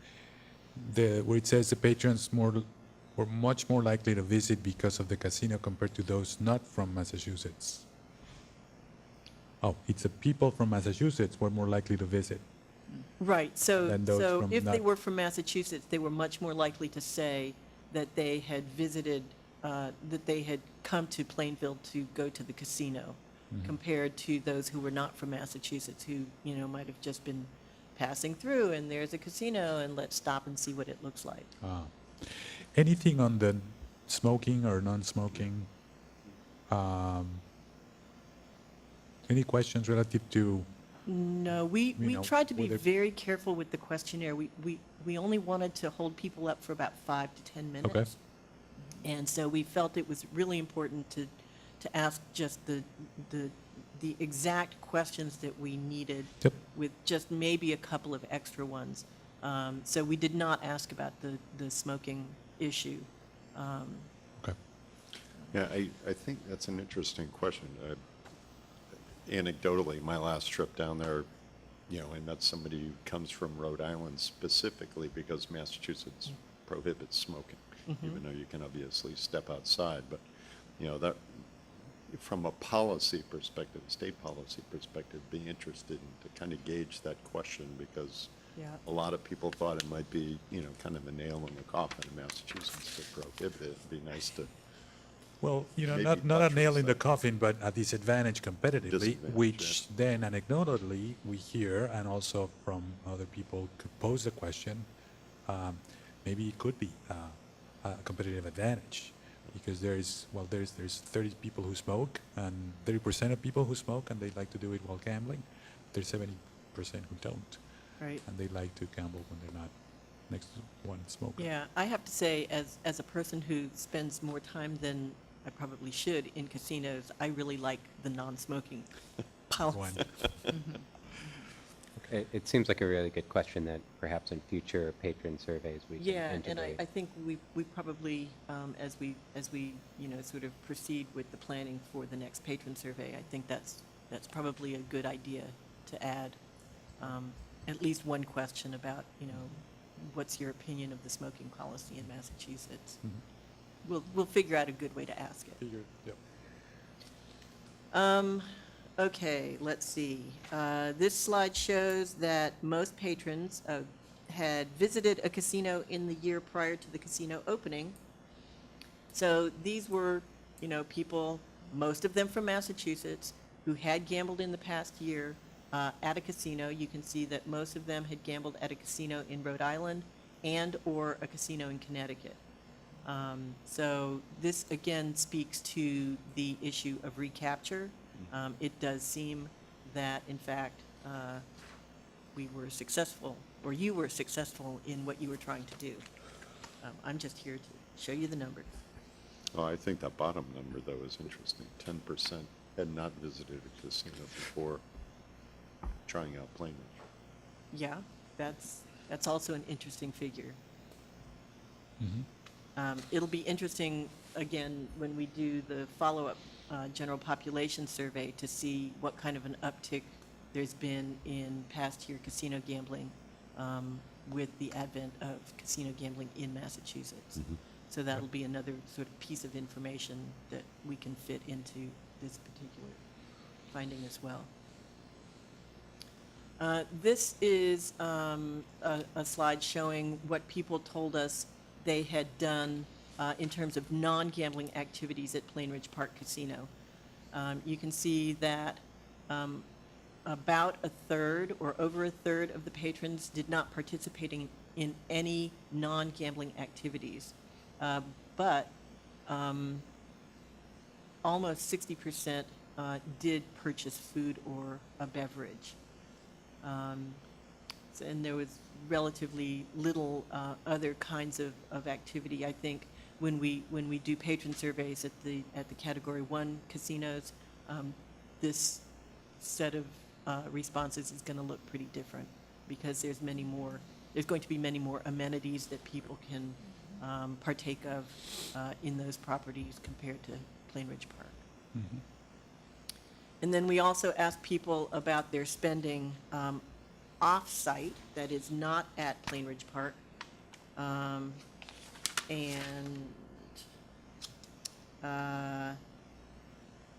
you can see that most people said they didn't spend anything, but there was some sort of spillover effects of people, buying gas or doing a little bit of shopping, buying food and drink at a restaurant or fast food outlet that was not located at Plain Ridge Park. So there are some sort of spillover impacts of a sort. Well, this is very interesting because at our last meeting, we had a presentation by a consortium of Foxborough and Rentham and Plainville with regard to trying to expand the economic activity regionally, and they were focused, amongst other things, on extending or widening the activities of the people that come to the casino to patronize the Rentham Mall outlets and the Foxborough Patriot Gillette Stadium. Right. So this sort of dramatizes that there is a significant target audience there for it. Yes, I would say that's right. And there might be some sort of cross-marketing things that could be done with the casino. I'm not an expert in that, but I think, there probably are some relatively easy ways to change this particular piece of the picture. So these are the average self-reported expenditures. So in addition to asking them what they had spent their money on, we asked them, how much did you spend? And so this is self-reported information. And what this shows you is that for all patrons, these are the averages for what they spent on gambling, on non-gambling on-site and non-gambling off-site. But then the next column over is the proportion of that average spend that's represented by patrons from Massachusetts. So it's interesting to see that the Massachusetts patrons accounted for about 3/4 of the average spend on gambling and the average spend on non-gambling off-site amenities, but they actually accounted for 92% of the non-gambling on-site amenity spend. So it was Massachusetts patrons who were most likely to, for instance, be buying food and beverage at the casino. Is that per visit? That's an No, that's- average? No, we asked them about this visit, so. Right, so that one visit, that's the average of every Of everybody, respondent yeah. for this. Mhm. That's a lot of money on non-gaming, but that's all non-gaming. Yeah, so On-site, that- so the only thing really could be food or beverage, right? And the So- gift store, and the sports bar, But that's food and beverage. that's food and beverage, yeah. I think that, Lisa, correct me if I'm wrong, but are there entertainment evenings or events that you have? Saturdays, yes. Saturdays, So on yeah. weekends, we normally have entertainment. But that Yeah. would be, they'd be That's- buying a drink and watching the entertainment. They wouldn't be paying extra for the entertainment. Oh, okay, yeah, so, In most cases, yes. yeah. And Rachel, is that gambling number, is that a net? Is that? Yeah, so Is that's. that what they that's- lost? Yeah, that's typically what they lost. Yeah, that's the average loss. Okay, boy, you guys got a whole bunch of information a couple weeks ago, or maybe 4 weeks, no, it was October 12th, about this piece. So I'm going to walk through it extremely quickly because I still want to get to the license plate survey. So basically, the economics team, we worked with them to figure out how to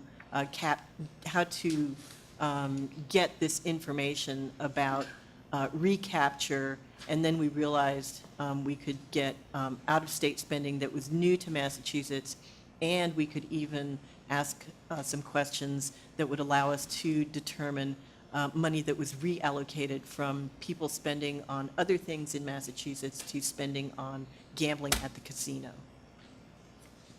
And here's your $100 million figure, Enrique. This was the recaptured spending, and it represented about 58% of all of the spending that people reported to us. The reallocated spending by folks from Massachusetts was 36.6 million. And then the new spending was from out-of-state patrons who came to Massachusetts to gamble at our casino. Now, is this for calendar year, or what is the unit of measure Yeah, here? so what we weighted it to was the calendar year. Mhm. Yeah, Which I recognize to be very close to the figure I remember, Yeah. but obtained through the patron, so we have a high confidence well, level. the information that we got from the patrons is actually the proportionality information. Uh-huh. The information about the actual spending is based on Data that, formal reports from Okay. Plain Ridge Park. great. This was the results of the questions that we asked about GameSense. You can see that almost 60% of the patrons said that they were familiar with GameSense, although only 17% of them had interacted with a GameSense advisor. But of those that did interact with the GameSense advisor, almost every single one of them were satisfied with the information that they were offered, and over half of them felt that they had learned something new. And then about a quarter of the patrons who reported having an interaction with a GameSense advisor said that they had changed the way that they had gambled, and most of them said that they had reduced the amount of time and money, both of them, that they spent gambling. You say only 17.4. I thought that was a good number. You Yeah, know, that's I probably misspoke. That is a good number. Although compared to the proportion that said they were familiar with the program, it would be nice if we could have, more people interacting. Well, I think that over time, that number, the familiarity is going, but both should be increasing by the work that we know, just because of time, and if you have a lot of people returning to this facility, which Right. is, we just heard earlier, they become familiar with the program, Right, and may and- increase the chances of interacting with the GameSense advisor. And the question about interacting with the GameSense advisor was not restricted to this particular visit. So I think that's right, that as more people sort of return and are return patrons, that more and more of them will have had those interactions and hopefully will have found them valuable. And my only comment to that is, we want to make sure that we provide information in a variety of different ways. So the fact that 60% of patrons were familiar with the program, and that's within the first year, to me says that we're doing a great job of making sure that information and resources are provided in a variety of different ways, so that it's building that type of recognition for the program. That 17% of patrons said that they had actually interacted with a GameSense advisor. That's just one way in which people may interact with the GameSense brand and the GameSense information. And when I saw that, I agree. I felt that that was encouraging information about the reach of the program. Agreed. Okay, so the license plate survey. The reason we decided to do a license plate survey was because license plate surveys have been done, or were done, every 2 years in the New England area. All the New England casinos had a license plate survey that was done every 2 years from 2004 to 2014. And the license plate surveys were actually the basis for the figure that Chairman Crosby uses quite often about the amount of money that has been leaving Massachusetts on a yearly basis and going, people going to casinos out of state to gamble. What we wanted to do was to understand the performance of the license plate survey in relationship to the patron survey. The license plate survey is much less costly. And if you can get the same information at the same level of detail using a much less costly method, I say that's a good thing. So we wanted to just sort of test the performance of the two methods in a face-to-face.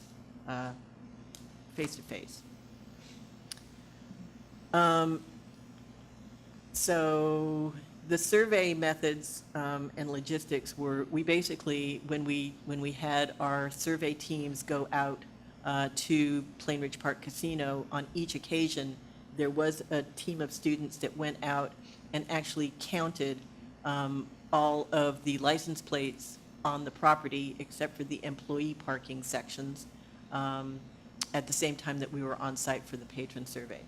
There were some differences in the methodology that we implemented compared to the New England Gaming Research Project that Clyde Barrow and David Borges were running out of UMass Dartmouth.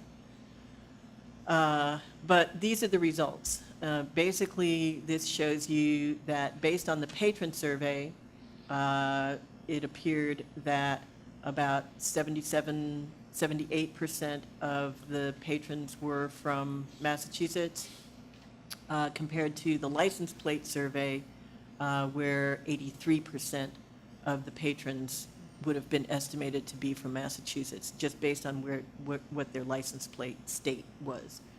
And then if you estimate the proportion of revenue from Massachusetts and non-Massachusetts residents, again, there's a slight difference, but it's quite small, less than 5 percentage points between the license plate survey and the patron survey. Yeah. So what does this mean? We think what it means is that the license plate survey probably was a good source of information for estimating what revenues might be available for recapture, because the results are quite close. They're quite close when you look overall at overall patronage and Massachusetts, non-Massachusetts. But when you start breaking it down into spending on gambling versus non-gambling amenities on-site and non-gambling amenities off-site, the match becomes much less close. So we felt that this was a good exercise to enable us to compare the patron survey data to what had been collected over the years by other researchers. But we think that particularly in understanding the extent of non-gambling expenditures on-site and off-site, the patron survey actually is a value-added piece that you can't do when you're just doing a license plate survey. So we're recommending continuing with the license plate surveys just to see if that match continues to happen. You mean the patron survey? Yeah, I'm sorry. We are recommending continuing to do the patron surveys because that's the source for getting this recapture and also understanding the off-site and on-site non-gambling expenditures. And also the reallocated, yeah. They're reallocated. Remind me, how is the revenue estimated from the license plate survey? So the revenue is actually not estimated. We take the Just the proportionality? proportionality from the patron survey Oh, or same from the way. license plate survey, and then we take the actual revenues that are reported to the Gaming Commission, Yes. and that's what we say, okay, we're going to divide it up into these proportions, and that's how we get the numbers, Right. the dollar numbers. Yep. We don't plan a patron survey on Plain Ridge next We are year, in are we? discussion. A discussion about that? Yeah. Okay.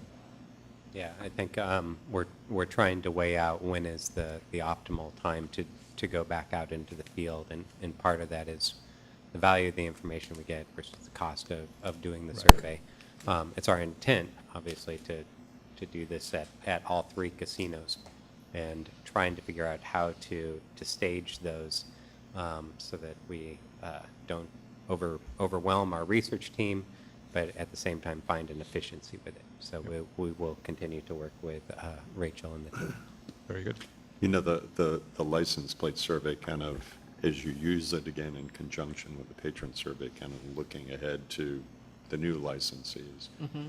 You know, the dynamics are going to change. Yeah. MGM is going to have an exclusive parking garage, but you're also going to have people that are parking at another hotel, another restaurant, who Yeah. aren't just driving as they do right now to the Plain Ridge site. And Yeah. obviously, Everett, you're going to have people using other modes of transportation to get there. But it would be interesting if we could ever have the conversation of thinking how we might use technology that our licensees have to expand the use of license plate data as they collect it as well. Yeah. One of the questions that I didn't report on here, but it's in the report that's going to be posted online, is we did have a question asking patrons how they got to the property, and we'll have that in future patron surveys. So we'll know whether they came in their own car, or if they came by bus, or if they, bicycled or walked.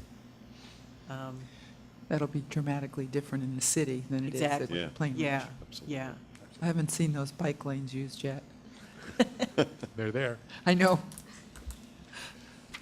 Okay. Good. Right. Does that conclude your presentation, That- Rachel? There's the questions, and I just want to give one final shout out to Heidi Stevens, who designed the paper version of the questionnaire. She did a great graphic for us, and that's the front of the patron survey, that if people decided they wanted to do it by paper, that they got a booklet with this cover, That's cool. but not with the questions. Did they do it right there they completed it Yeah, they were, at they that were table? offered the ability to complete either on an iPad, or if they preferred a paper questionnaire. So we had both. Yeah. Wow. Other questions? I know we had some along the way, but any other comments from Yeah. commissioners? Well, presumably, the license plate survey is considerably cheaper to perform than the patron survey. Oh, right? yes. Considerably. Mhm. Yeah. I volunteer for the license plates. I've done enough of that for different purposes over the years. so. It's a very different survey, the one Very you have to different. punch into a That's right. computer. Well, Yeah. thank you very much. Okay. This Thank is you, very great good. work. Thank you. Really Thank you. informative. Nice Thanks. job. Thank you. Welcome, by the way. Yeah, we're running a little late than anticipated. I think I'd like to take a break, a 5-minute break. Sure. Okay, we'll suspend for 5 minutes. Good job.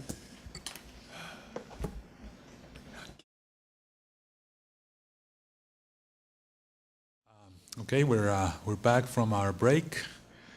Our next item on the agenda is the Ombudsman's report for community mitigation guidelines. Mr. Ziamba, Thank you, Mr. Chairman and Commissioners. thank you. Today, we're continuing our review of the 2018 Community Mitigation Fund guidelines for our next funding round, which begins February 1st of 2018. I'm joined here by Construction Project Oversight Manager Joe Delaney, and fairly soon, Mary Thurlow, our Community Mitigation Fund Program Director. So Commissioners, as you know, we met on September 14th to develop a list of questions to consider in reviewing the fund guidelines for this upcoming year. Since that time, we've met with local community mitigation advisory committees in Region B and in Region A. We've also met with the Public Safety Subcommittee. We didn't discuss the guidelines in that meeting, but that's part of our Gaming Policy Advisory Committee structure. What I hope to do today is to develop a public discussion draft of the guidelines. This is very similar to what we did last year. So last year, what we did is we sent out this discussion draft to the public to get comments, and then we reconvened to consider all of those comments before we issued the final guidelines. We aimed for the first week of December last year. We're trying to do that as well this year.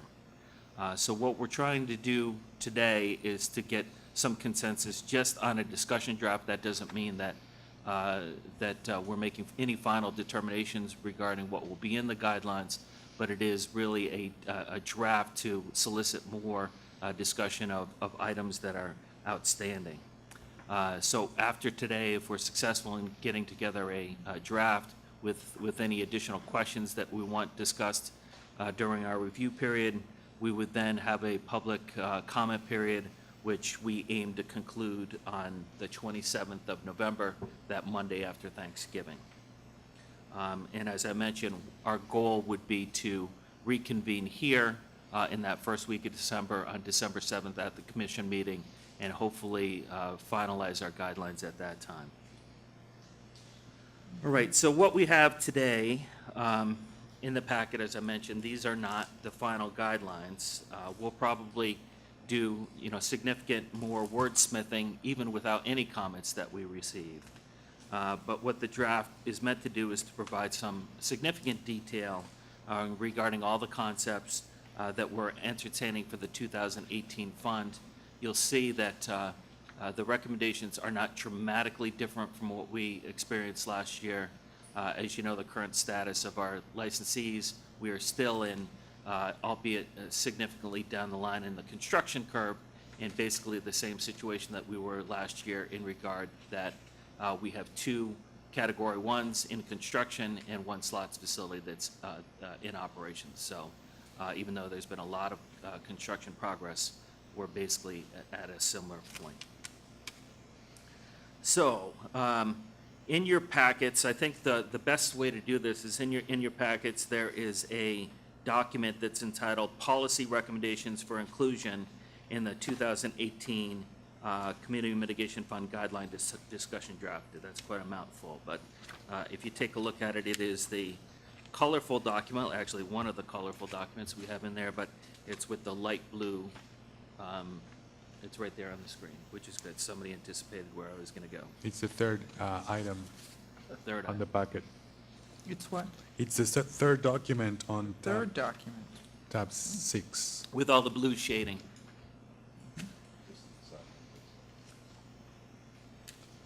So you want to go through each one of these questions and have a discussion as they...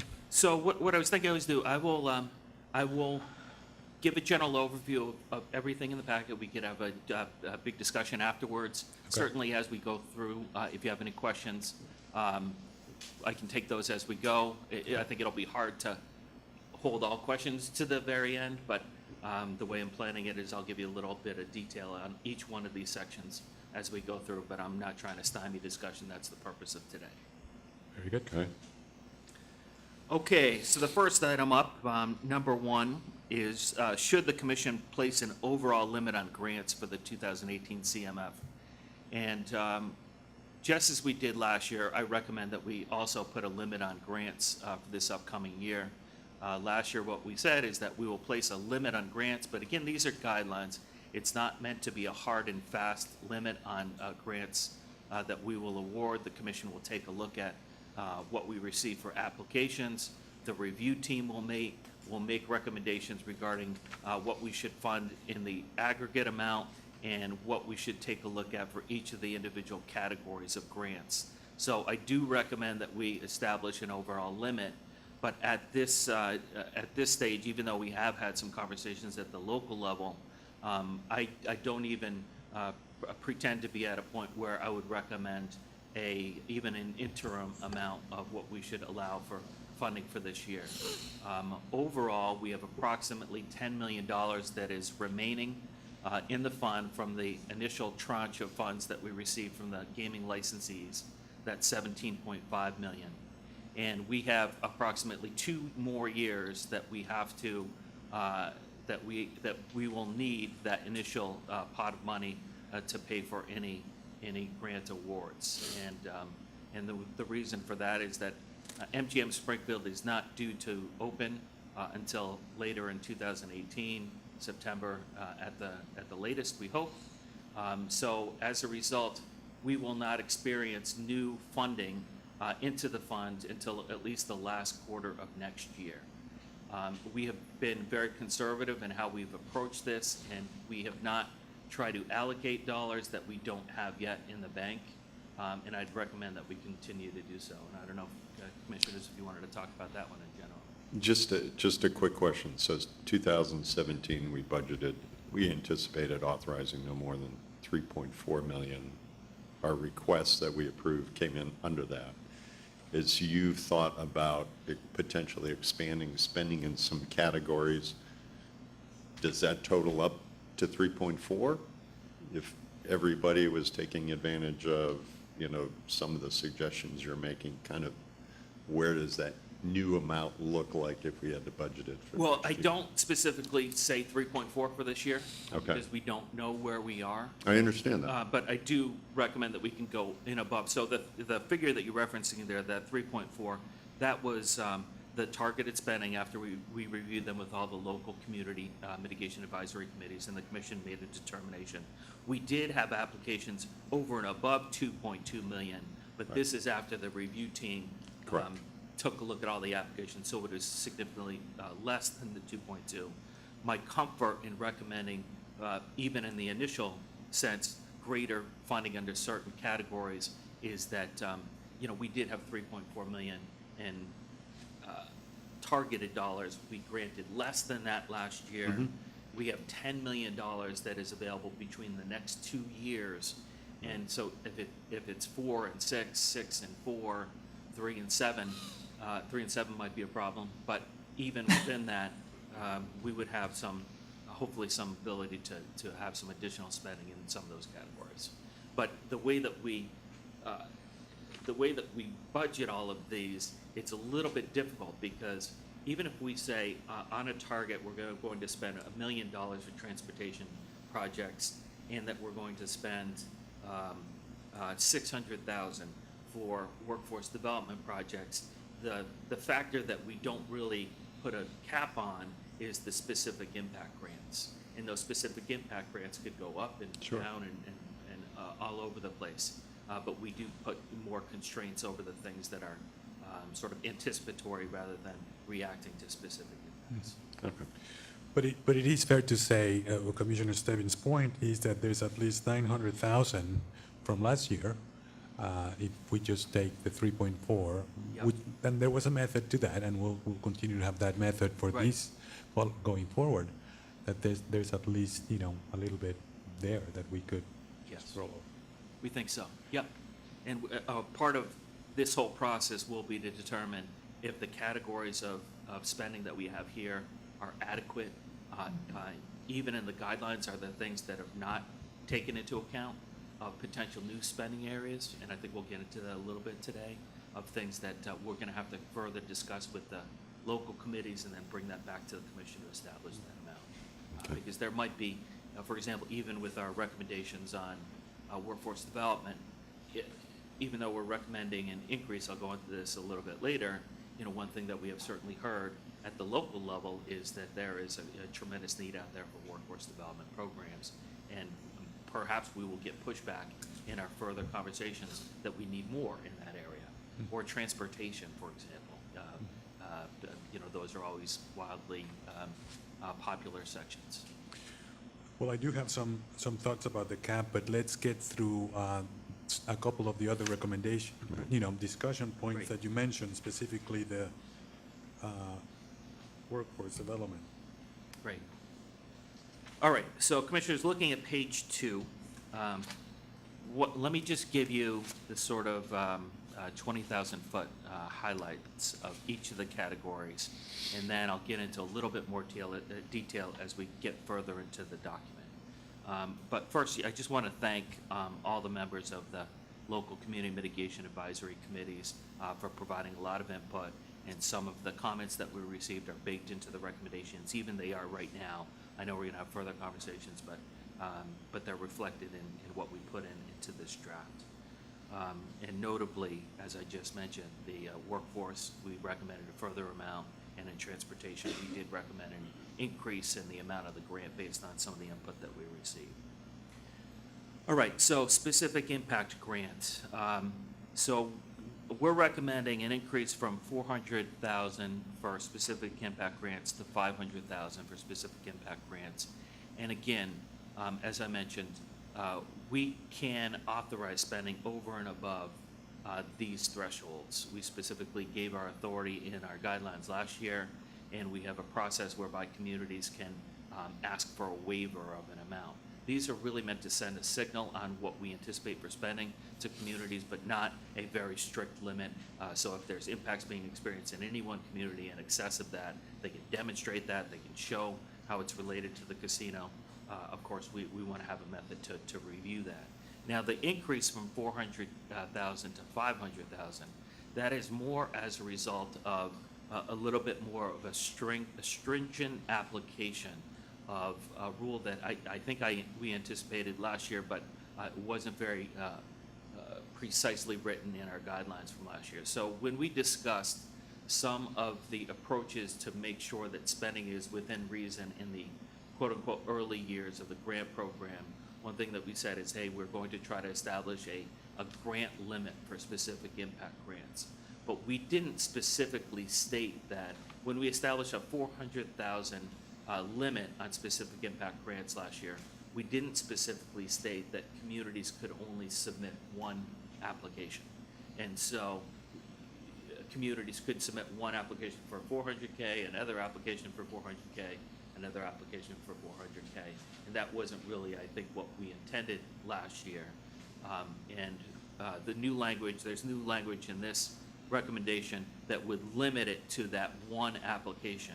And because we're limiting it to that one application, we recommend increasing the amount by 100,000 to accommodate any sort of greater local need. And once again, if there's need over and above that 500,000, there's a waiver process built into our regulations. But that's the theory behind increasing that amount to 500,000. But on that waiver, does that mean that it will be one application, or can they submit, let's say, multiple intersections to be dealt with in a whole corridor as one grant, for example? Well, very good question. Last year, when we anticipated the $400,000 limit, we didn't say that your application could not touch upon numerous areas. So you could have an intersection here, you could have a parking issue here, you could have a business impact over here, as long as the total thing impact was 400,000. So all we're saying is that one application could not exceed 500, but you could have multiple areas within that one application. Okay.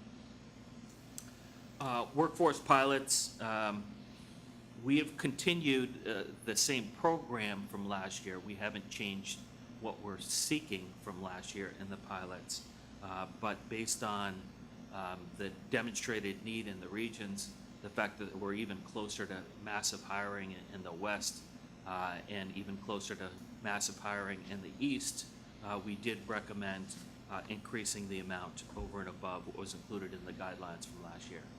I will note here, and forgive me if I repeat myself later, but when I'm saying we're increasing the amount from 200 to 300,000 per region, that may not exactly be entirely accurate based on what awards we did. In the guidelines last year, we said we wanted to have 200,000 in the East, 200,000 in the West. But when we came to the award time, we had very good applications, and we decided to offer 2 awards in the West of totaling about 370,000. So if you take a look at the 300,000 in the West, based on the award, that's actually a decrease versus what we recommended last year. So, excuse me. That's actually a little bit of a decrease looking at it based on what was awarded. But one thing that we did note in all of our conversations last year, in our conversations with the award winners, is that there may be the availability of host community agreement funds in this upcoming year that could enable communities to fund workforce programs. And specifically in the Springfield host community agreement, there is some community funds, one purpose of which is workforce that potentially may become available in this next year. Again, Springfield will face the same issue that we would, whereas MGM Springfield is not going to be up and running and generating some of its taxes until, the third quarter of next year. And so it may take a little while to generate the taxes then that can be available for workforce programs. But that's a little bit of the thinking behind the workforce pilots. I mean, personally, I think it's a good suggestion. I think what we learned going through the process last year when we looked at these grants was what workforce development professionals were telling us about the populations and the numbers they could serve on that dollar amount. So that was Right. good information for us to learn. But I also think we realized that there is, to your point, an opportunity to see what else we can leverage, either through host communities, and I would even argue that, our ongoing relationship with the Governor's Skills Cabinet could also lead us to other state resources which could come into play. So giving us that flexibility, I think, would be helpful. Good. The next big category is transportation planning. Again, this is a popular item. We received a good number of applications on this item last year. And what we're recommending is to go up slightly in the terms of the amount of the grant to 200,000. Communities had asked for a little more flexibility in this regard. And what we have seen with some of our awards in the past, where we awarded, for example, $100,000 for a planning grant, we found out that some communities have actually had to hold that grant while they cobbled other resources to fully pay for a transportation planning project. And so that's why we're recommending a slight increase in that amount. We'll see if people out there say that we should increase that amount based on projects that are out there. The next category is the Tribal Impact Grant. And as you know, last year we awarded $200,000 for technical assistance program through the Southeast Regional Planning and Economic Development District to help communities in the area of the potential tribal casino understand what impacts there may be from the facility. What we specified last year was that we would not actually authorize spending until there would be a second vote by the commission that would state that the commission believes that the tribal facility will begin construction. And so even though we did authorize $200,000 last year, we have no spending is occurring because we have not had that second vote. And so what we're recommending here is that we just keep status quo of that program we authorized during this current year. And even though it's $200,000 and $200,000 for 2017 grants, in essence, that $200,000 spending is already baked into our totals. And what we could do is, if it's not spent this year, we could just transfer the availability of funding into the next year. Okay, the next item is the non-transportation planning grant. I'll provide a little more detail on this a little bit later. However, what this grant reflects is that many communities have already allocated their reserves and have no funding left for non-transportation planning. So I'll get into that a little bit later. John, remind me, how many communities got reserves and how many have fully exhausted? So we have 28 communities that have reserves, that were awarded reserves, and out of those, approximately between 10 and 12 have expended their reserves fully.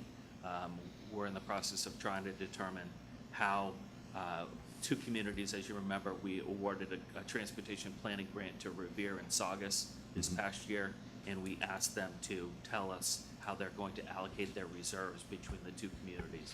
And so there's, in the counting, so I'm just giving you a little bit of a range. John, I had a question.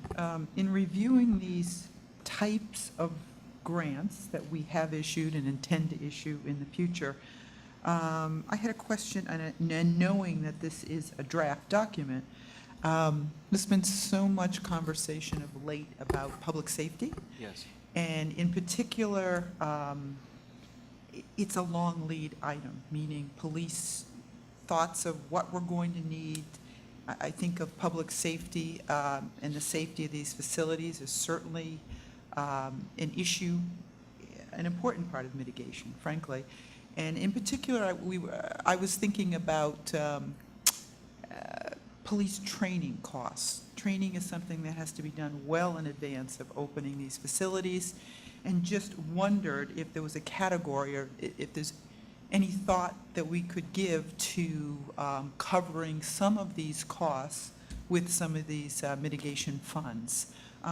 Similar to transportation, long lead item, really takes time well before the opening to get the numbers right. We're in active negotiations now, active conversations about what kind of training, who will be involved, working, the police departments collaborating, their efforts, but, to the best of my knowledge, most police departments in this state are, they have fewer officers than they need. And for us to be asking for additional state police, additional local police is an effort, meaning new officers will need to be hired, training costs, and I just wondered if, in reading these categories, if we could think about a way to mitigate some of those expenses with grant money. I think you raise a very good point. When we take a look at our different categories, as I mentioned at the beginning, for specific impact grants, those are the big grants that people are demonstrating an impact. And training costs could have an impact on the community, could impact on other public safety partners during this period. But when we take a look at the actual language of what we had in our guidelines from last year, we broke it down into, okay, for the slots facility, we can pay for operational related concerns because they're operational. And sort of very simply, we said the category 1 facilities are not yet operational, so we're only going to pay for construction related impacts out of that fund, that specific impact fund. But as you mentioned, Commissioner, we did say, well, hold on a second. Transportation, for example, those are long lead time items. And so if we waited for an operational impact, we would be 2 or 3 years down the bad side of the planning curve. So we might need to think about what we're doing for planning for transportation projects, even in the construction phase. And workforce development was another one. We said if we don't try to tackle the workforce needs now, that's when we're doing all of the hiring. So even though we're still in a construction phase, there are certain operational items that might necessitate a greater look. And I think the draft that is before you may be too restrictive in the language on what is counted under a specific impact grant. Because the language, even though it is pretty broadly worded, I think there may be some language in there that just is too restrictive when it says that this has to be a construction period impact. And I guess probably what I would recommend is that that we should specifically call that out in our guidelines or in our solicitation for comment, and talk to our local partners, our advisory committees, about what those needs are locally, statewide, and bring back a lot more comment to you on how and should we include all of those costs. That would be much appreciated. It was a topic that came up recently at our public safety subcommittee meeting, the kinds of planning that's going on now, but there are costs affiliated with the planning and the training in particular, so that would be appreciated. Okay, we can do that. I'll go along with that. Whether we call it, operational readiness, or it's a pilot program, or a specific impact, a revision of the restrictive nature of the specific impact language. I think you're right, Commissioner. It's something that we need to consider. The district attorney's, the county's district attorney's office is a subset of this topic. So that'd be great if you could include in the Go ahead. request for comments. We can certainly do that. Okay, so if we go down, and Commissioners, just so you know, I'm not going to go over every one of these items on this list. I know you can read, certainly, but a lot of them are duplicative when we are coming up with the questions, and sometimes the questions, they have the same answer for multiple different questions. So I'm going to take you through this list and just hit some of the highlights, but let me just proceed on number 3 on that page 2. And the gist of this is, last year we said, how should we evaluate grants? And what we said is that, hey, these grants are literally all over the place in terms of different areas.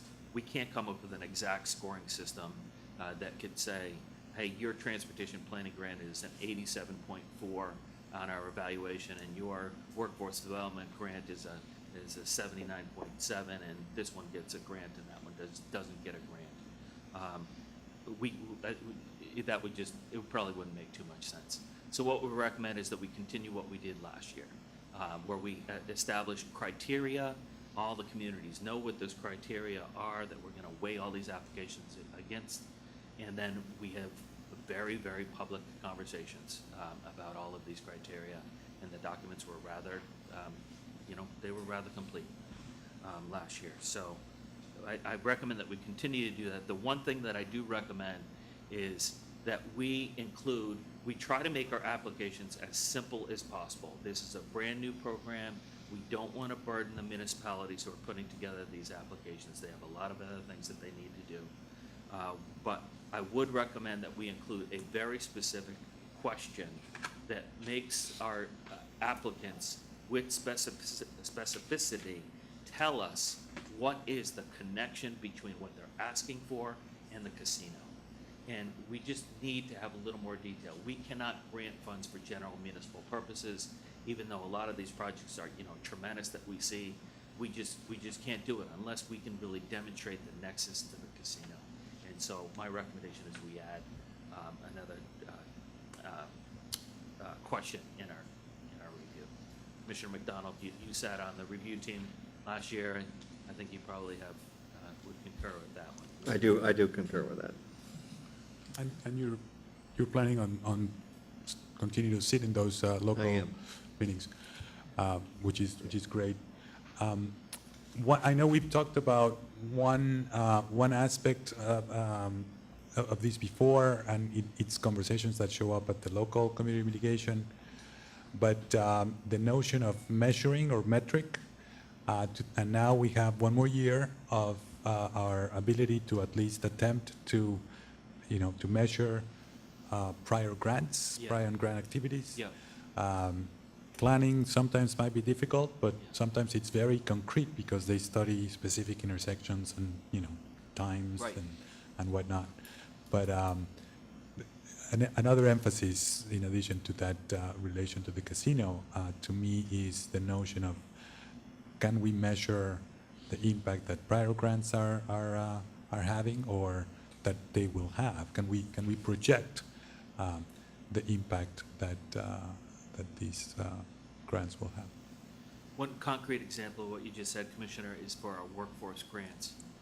We Yep. worked to include a laundry list. I think it's like 12 or 13 things that we're requiring as a report. And even though we feel a little bit badly for our grantees, that they have to provide such extensive reports, we know that they're familiar with all of these reports from the numerous other grant programs. Yep. But it's something that, given the infancy of this program, we thought that it was necessary, even though it might be a little bit burdensome. All right, so Commissioners, bottom of page 2, we recommend a new category for non-transportation planning grants. When we were in the context of our reviews last year, and in conversations that we have with communities, there is a need, there is an ask for non-transportation planning.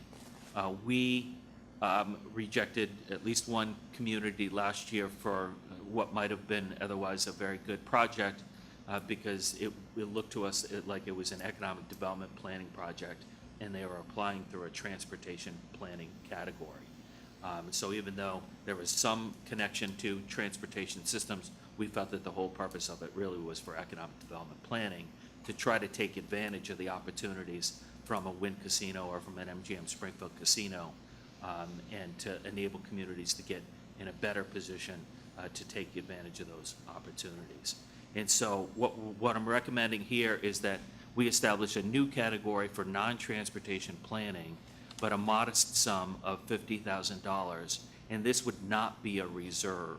What this would be a grant with a maximum of $50,000, and it would be upon application of the commission. So the review team would review the merit of each one of these applications, and we would approve some, and we may not approve others, but it would not be a categorical of $50,000 times the X number of communities that is established in a new reserve. Is it fair to say that we might see a lot of economic development planning grants, requests under this new category? I mean, Maybe, yes, probably, but economic development planning was allowable under the reserves that are still outstanding, as we just discussed. There still is a good number of those reserves that are out there. We have had some instances of economic development planning. Just a couple of weeks ago or a month or so ago, we authorized the Northampton planning grant, and that was very similar to a Saugus planning grant, basically where they're trying to prep themselves to see how they particularly can take advantage of the opportunities.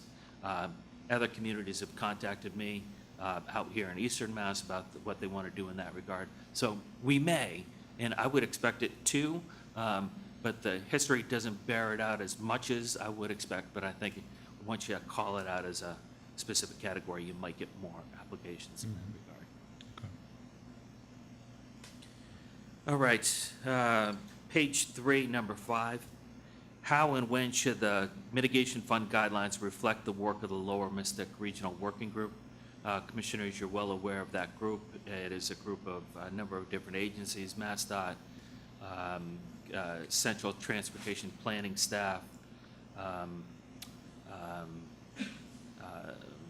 a number of different, the regional RPA, who am I missing, Joe?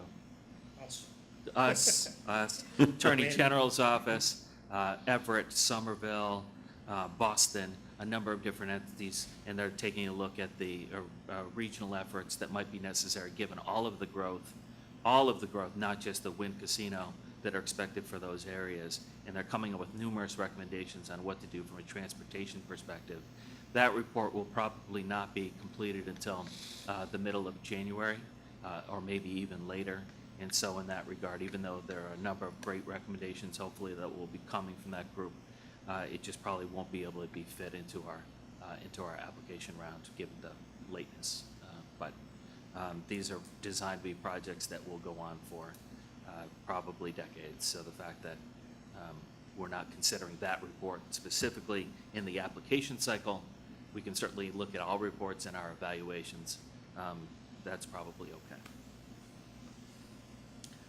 Okay, number 6, should the commission revisit its guidelines regarding grants involving private parties? Commissioners, as you know, this has been a particularly vexing issue because of various constitutional limits that we face, whereby agencies are not prohibited from benefiting or providing funds directly to a private entity unless there is generally a public benefit, a public purpose. So what we're recommending here is similar to what we tried to do last year. Last year, we had a requirement that would require a significant match for projects that involve private parties. And a match or a significant match. But what we're recommending here is that we change that up just a little bit, whereby if you have a host community application, we would require a dollar-for-dollar match for a private entity application, and for surrounding communities and others, it would be a significant match, and again, that's a waivable requirement. and what do we mean, or how has the significant match concept been received? Is it less than dollar for dollar? It has been less than dollar for dollar in our experience, and what counts as a match will always be part of what we review as well. But again, a lot of what we're doing here is sending signals. When we're sitting here in these meetings, if we're in Springfield or we're in Boston or just sitting in our offices, it's very difficult to involve who receives benefits from any of our grants. And we want to make sure that we're careful stewards of the mitigation fund, and that things that we don't know don't come back to hurt us. And so by making sure that our local partners and our licensees are involved in the process to make sure that all grant applications of this ilk are meritorious, we think that there should be contributions on all sides, and it would help us in our reviews. But it's fair to say that that significance can be quantified, or we're hoping to? No, I didn't specify a specific percentage for what significant is. No, but could be quantified. Oh, That it could be Here's our quantified. contribution. It's not just my best efforts, let's say, to do something or other. They're Yes. valued at, Yes. you know. We view that very differently from an in-kind match, Right. which we have for a lot of our other programs like transportation planning grants and the Right. others, versus an actual dollar match, either dollar for dollar or significant. Okay. All right, so I will skip the rest of the page on 4, and I will go down to number 11. So on this one, we had some discussion a little bit earlier regarding what we would do, 300,000 versus 200,000, and I just wanted to note that the two educational programs in Region B, we did award 371,833 for the total grants under that. So I just wanted to give a little more detail on that. On page 6, number 12. All right, now this was one of the most heavily debated items in our conversations with the local community mitigation advisory committees. And the question that we put to them was, should we base our awards on the revenues that we receive from the licensees in each region? So each licensee will pay 6.5% of the gross gaming taxes into the community mitigation fund. But the Wynn Boston Harbor facility is larger, and it's expected to generate more revenues than the MGM Springfield site. MGM Springfield site is obviously going to generate very, very significant resources, but in comparison to the Wynn facility will generate more in taxes and more contributions to the mitigation fund. And so the question that we have received and we've discussed with the local committees is that should there be a correlation between the amount of funding that each of these facilities put into the community mitigation fund with what each of the regions receive out of the fund. And pretty much overwhelmingly in both Region A and Region B, they have recommended that we should contemplate a split in the regions, but that we should take into account other regional concerns. For example, the slots facility, it put money into the mitigation fund out of its license fees, but it doesn't have to pay into the fund every year. The funding out of the slots facility, as you know, it goes into local aid and it goes into the racehorse development fund, but it doesn't go into the community mitigation fund. And I don't think that there was, I don't think that related to the legislature's feeling that the slots facility wouldn't have any impacts. I don't think that was the case at all. I think it was the legislature just saying, okay, here are expected funds from a bunch of different resources, towards a bunch of different resources. Local aid is a very key item. The slots facility is going to be up and running first. Let's dedicate some of the initial dollars towards the local aid fund, and then we'll try to determine where other funds are allocated in the rest of the Category 1 facilities. So what we're recommending here is that we work over this next year to try to establish a system that would split up the fund into these regions. And by split up, again, similar to everything else that we're doing here, it would not be an absolute concrete wall of spending between the East and the West. First of all, the mitigation fund legislation requires the commission to award based on need. But what we think is that within awarding based on need, you can establish systems that would more correlate to the size of the facilities in each of the regions.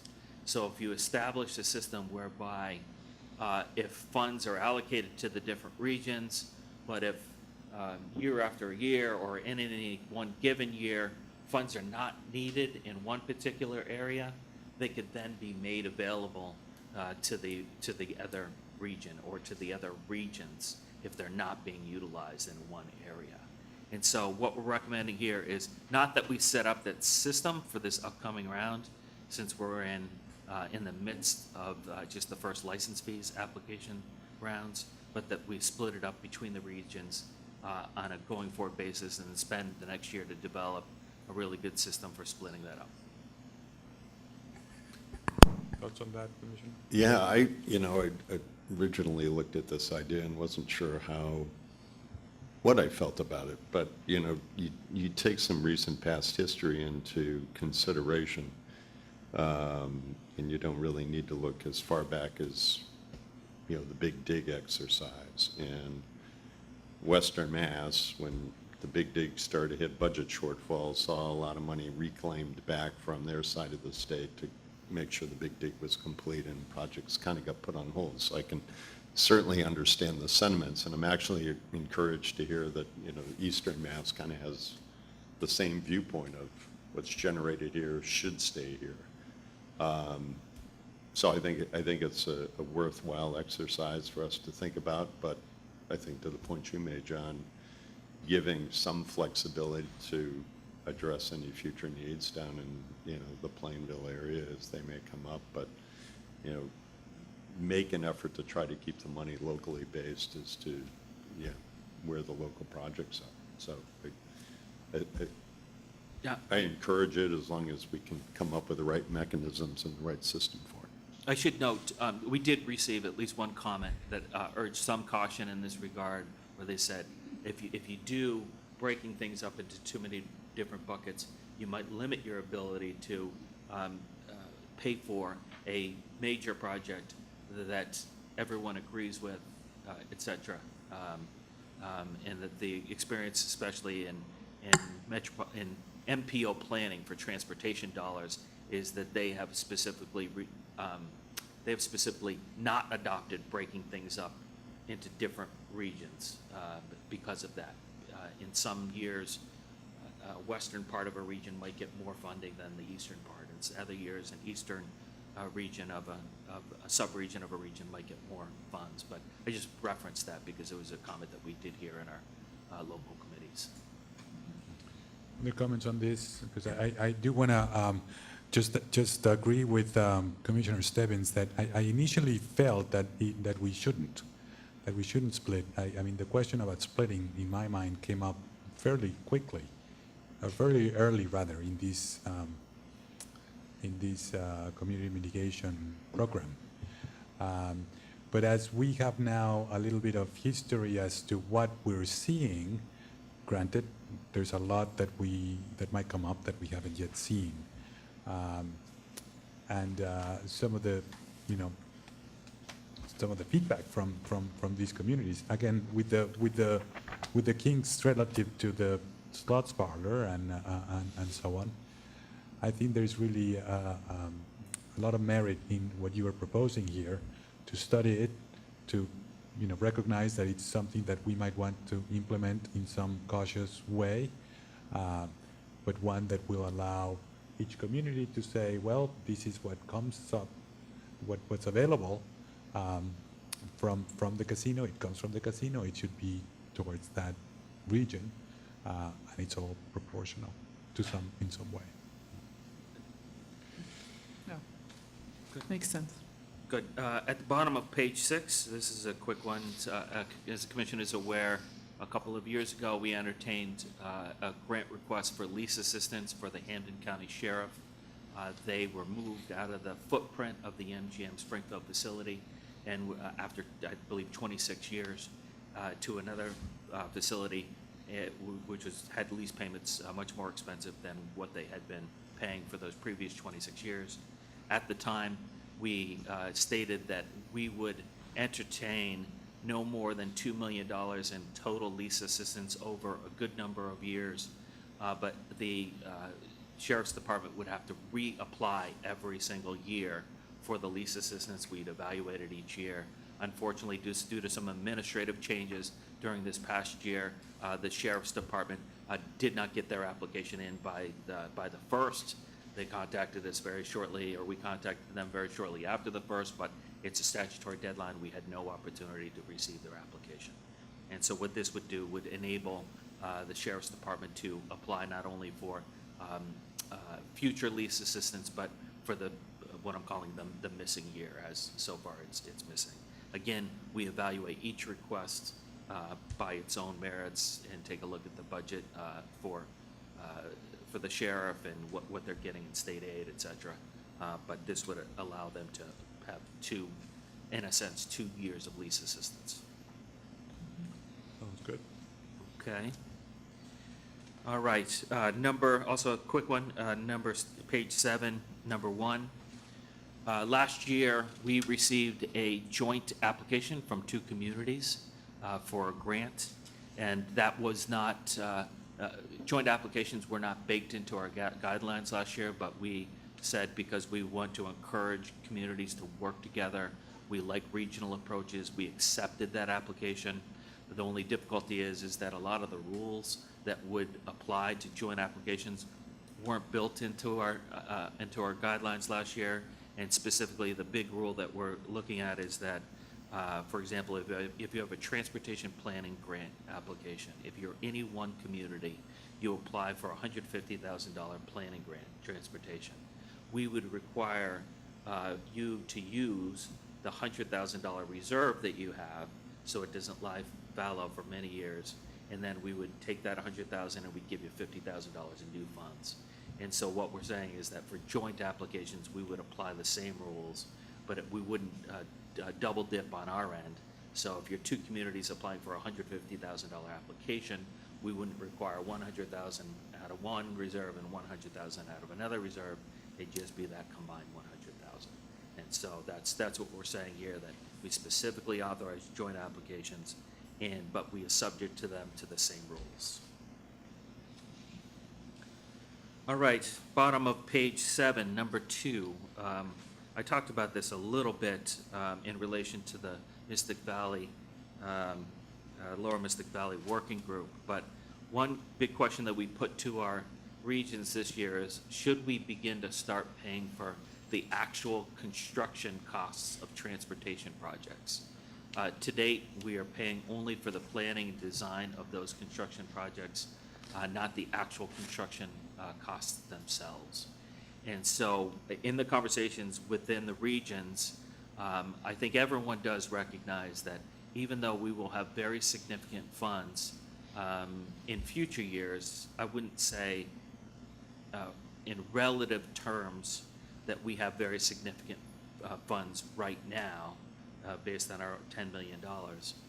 But in future years, once we actually get the contributions from the gaming taxes from the licensees, there will be very significant funds each year to pay for a wide variety of projects, one of them being transportation projects. But I think as of right now, that we don't yet have those significant dollars. And because no matter what we do, even with our significant dollars, the amount of funding that is necessary for transportation projects is obviously astronomical. And we, with our funds, couldn't possibly pay for a wide range of transportation projects that are out there. It will require other sources, either through federal funding or state transportation funding. And one thing that we'll need to continue to work on with our transportation partners and within the committees is, how do we use our funds to leverage those other funds? How do we make the commitments? When do the funding cycles begin? When do they end? How does this fit into the MPO process? There are tons of things that need to be considered before we actually start spending transportation dollars out of the mitigation fund.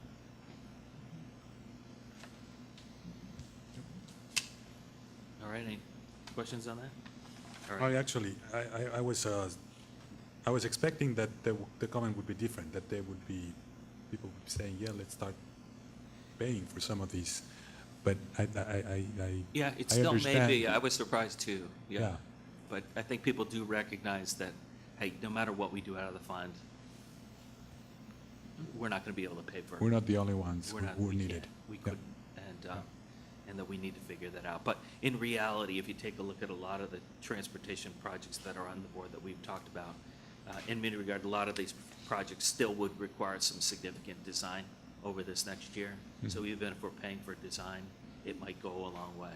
Yep. And nothing is to say that, we couldn't entertain conversations with groups of communities and with agencies on planning for future dollars, which inevitably we probably will do that at some point. We'll have to figure out how that all works within grant rounds, where these things come up sometimes in between grant rounds. I think it's fair to say on the basis of the meetings that I've participated in is that there's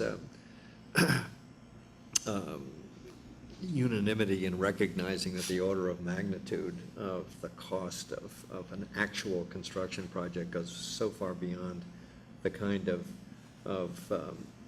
planning grants and other grants that we've given in the past, that it's just not something that's realistic at this point in time. Okay, top of page 8, number 3. This relates back to a conversation that we had earlier, but in general, what I was trying to do with this question is that the Category 1 facilities, MGM Springfield and Wynn Boston Harbor, will soon be up and running. And we will experience a range of new impacts, or we may experience a range of new impacts. The statute under the mitigation fund calls for us to take a look at a number of different potential impacts, including educational impacts, housing impacts, other impacts. Maybe there will be business impacts, other impacts that could occur. And we're not there. The facilities are not operational. We have not experienced widespread impacts from our Plain Ridge Park facility, so we're just not in the situation where we may be in future years. And so what I'm recommending here is that we continue to work with all of our partners and with the research team at Mark Vanderlinden and UMass to try to figure out what data we need, what policy modules out there do we need to try to figure out some of these other larger issues of what happens if there is gentrification in neighborhoods as a result of the economic development from our facilities. What concerns might be out there? What do we do about that, if anything? What do we do? And so a lot of work will need to be brought into this next year, and this is putting folks on notice. But thinking of Commissioner Cameron's point earlier, where specifically we said public safety. There will be public safety impacts in the future. What should we do about those in the future? But I guess sort of what Commissioner Cameron was saying is maybe that future is now when it's coming when it's coming to public safety training. So we have the luxury of talking about things in the future, but we might have to talk about things now. All right, number 4, one specific impact grant. I mentioned this before. The recommendation is that we should, but it would be waivable. Page 9. One thing that we're recommending is under the mitigation statute under section 68, there are 2 groups of eligible entities.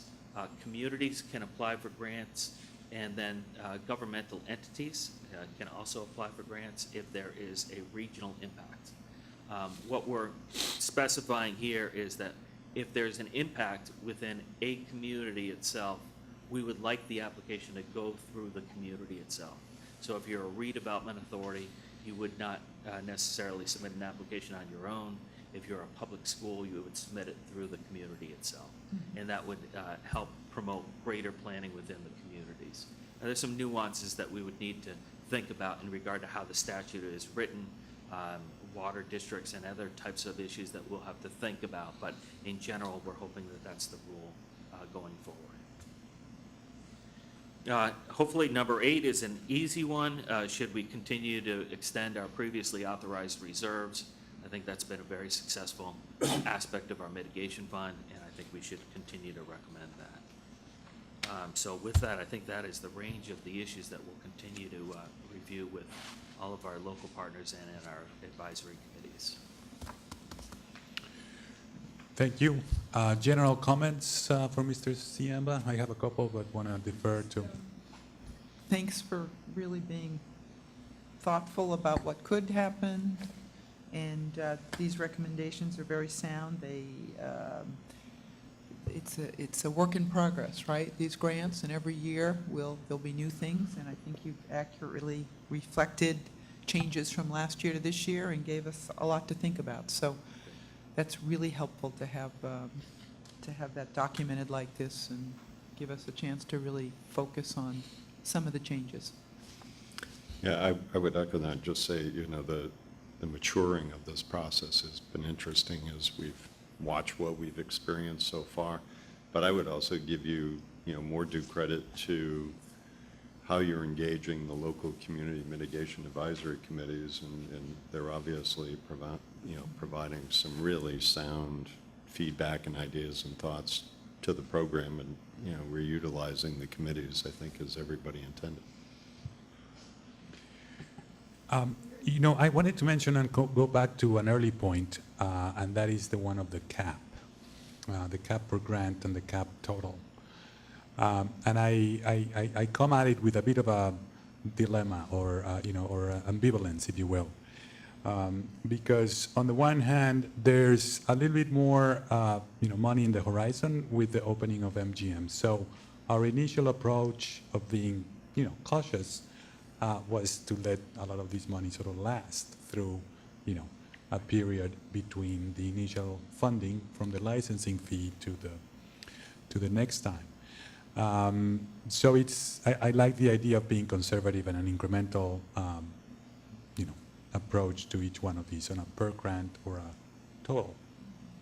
But my impression is that the flip side of that is that it creates these small requests times 28, right? Because there's all these communities that want a bit of it, they want to do their own planning, they want to do their own preparing to benefit from the casino, et cetera, et cetera. And I think that in general, the mitigation fund, I view it as, let's grab the biggest impacts. And I know that there's a lot of construction consideration relative to those big projects. We're not going to do any of that through one fund. But I do think that, that's what happens with this approach. So I'm sort of thinking we should really increase that cap, the overall cap, and communicate the waiver. And we are, and you are recommending, I'm all for the increase per grant to the workforce development and the specific impacts. And perhaps a way to incentivize this addressing the biggest sort of projects, maybe we can think of providing a bonus for a regional approach. What if somebody, 3 communities saw a similar impact, one in which each of them made use of their own ability to apply, but if they did apply times 3, we could kick in an additional 50 or 100,000 to allow them to coordinate efforts, to plan jointly, and therefore maybe we're getting to those bigger impacts. If we know that 3 or however many communities think this is something that we should all address, and we're willing to work together, then we can incentivize by providing a regional bonus. So the one thought that I have relative to all of these is that if we can fit some money there for a bonus, creative, whatever we want to call it, approach, I will be all for that. You're thinking transportation, I suspect. Well, if there's really a regional impact, that's the biggest one. The construct with which we deal with this in Massachusetts, this is true, by the way, in the School Building Authority and many other state agencies, is that we have a number of small communities. There's not really a county Right. form of government. And some of these impacts, I think are regional, or the bigger ones. And because these are regional, this is a region, the casino came to a region, it didn't come to necessarily, its effect rather, goes through a region, not just one community. But I think, again, given timing, we've now had a couple of years of experience, and we've seen some very creative, and we haven't funded everything, requests. Maybe we can further incentivize the regional collaboration as a way to try to address regional problems. I think that's a great idea. Why don't we include that in our questions for deliberation and get some comment on that and how it could be done, what category should it be done, and I think that's a great idea. I may be done for the day on good ideas, but any other questions for Mr. Ciamba? Well, just on that last point, that on the basis of the last 2 years, my participating in the local advisory committees and also on the subcommittee, the subcommittee has not met yet, but it's already apparent to me that there is a well of experience that is now beginning to be acted out on by the individual members of the advisory committees. And the guidelines have always included reference to waivers on any caps that are placed, and we have exceeded the caps in the past where where the merits of a particular application have justified it. And I would anticipate that with this cumulative experience, that the local communities will see the opportunity to go beyond a particular cap, with the understanding that by our very own guidelines that we invite implicitly a well thought out proposal that goes beyond it, provided that it can be justified.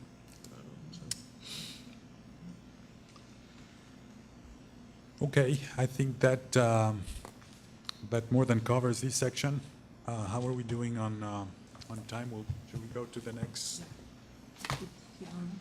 Yep. Do we need any breaks? Yeah. All right. Well, let's thank you, John and Joe. Thank you both. Let's go to the legal division. Counsel Blue. Good afternoon, Commissioners. We have a number of regulations, or a couple of regulations actually, and a non-disclosure vote in this section. So the first thing I'd like to bring your attention to is the small business impact statement for 205 CMR 146. This is the table games equipment. You had this regulation before you, I think, at our last meeting. And what we would like today is your approval of the small business impact statement and the ability to move this regulation forward through the process. I move that the commission approve the small business impact statement for 205 CMR 146 as included in the packet, and authorize the staff to take the steps necessary to file the regulation with the Secretary of the Commonwealth and to proceed with the regulation promulgation process. Second. Thank you. There's these, just for the record, these have been already through the process, through the, No, we're going to start it. we're going to start We're the gonna- process? Yeah, I believe we're going to start it because this is the small business impact The statement. small, but Yes. we've seen the draft in prior. Yes, and we've we discussed have. it. Okay. All right, so all those in favor? Aye. Aye. Aye. The ayes have it unanimously. The second regulation we have is 205 CMR 143, and I have Deputy General Counsel Grossman and Attorney Stempeck and Gaming Manager Floyd Baraga here to talk to you about that. Commissioners might remember this was previously before you back in September. At that point, it had started the process. We had changed some language at the end of this particular regulation that dealt with the simultaneous wide area progressive jackpots if they both hit at the same time. We kept this out for further public comment after we made that slight change, because we want to make sure we heard from anyone that wanted to be heard on the matter. We did not receive any public comments, so at this point, it's ripe for a vote by everyone. And that was, what was the fraction of a second that this event could happen, if I remember correctly?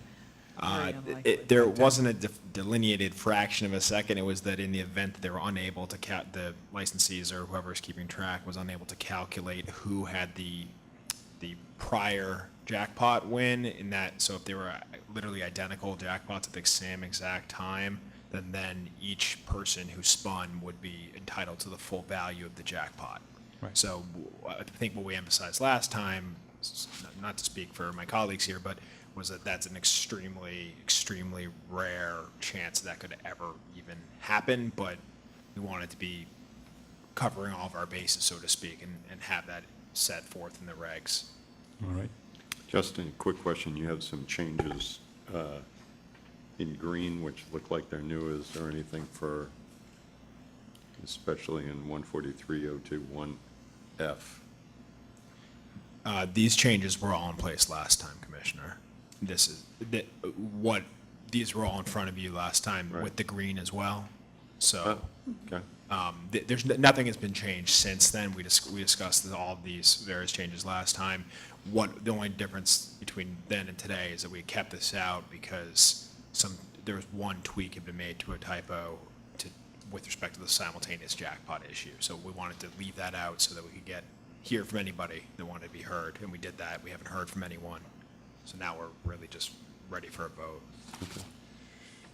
Mr. Chair, I'd move the commission approve the amendments to 205 CMR 143 as included in the packet and authorize staff to take the necessary steps to file the regulation with the Secretary of the Commonwealth and proceed with the regulation promulgation process. Second. Second, okay, so for the record, this begins the formal promulgation process, or we already had the We already had the. We had the reading, We had a public hearing on it. We've Okay. gone through those procedures. so this concludes essentially. That's right. Okay. All right, all those in favor? Aye. Aye. Aye, against? The ayes have it unanimously. Thank you. And just for the record, I want to note that Director Band was here to help with that regulation. I looked over quickly and thought it was Deputy General Counsel Grossman, but I was wrong, so. So left out. Our next item will be presented by Deputy General Counsel Grossman, and this is the Plain Ridge Park Casino NDA.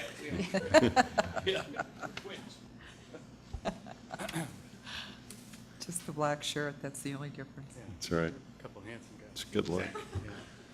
All right, we have before you an addendum to the Plain Ridge Park Casino non-disclosure agreement. You'll recall, we reviewed this at your prior meeting. This is merely a reflection of the approvals you issued at your last meeting. If this is satisfactory, it'll become attached to the existing non-disclosure agreement. We'll ask Executive Director Bedrosian to sign on behalf of the commission and a representative from Plain Ridge to execute it as well. So moved. Second. All right, and just for the record, these are all, I remember these, they submitted this request, we agreed with essentially all their requests, all their points, That's correct, yep. with one tweak on one of them. That's right. Just a partial, not a. Yes, on the floor, on the floor plan, yes. On the floor plan, right? Mhm. Okay, so, all those in favor? Aye. Aye. Against? The ayes have it unanimously. Thank you. Thank you. And that's all we have for legal today. Thank you. Thank you, Council Blue. We come towards the item number 8, the Investigations and Enforcement Bureau.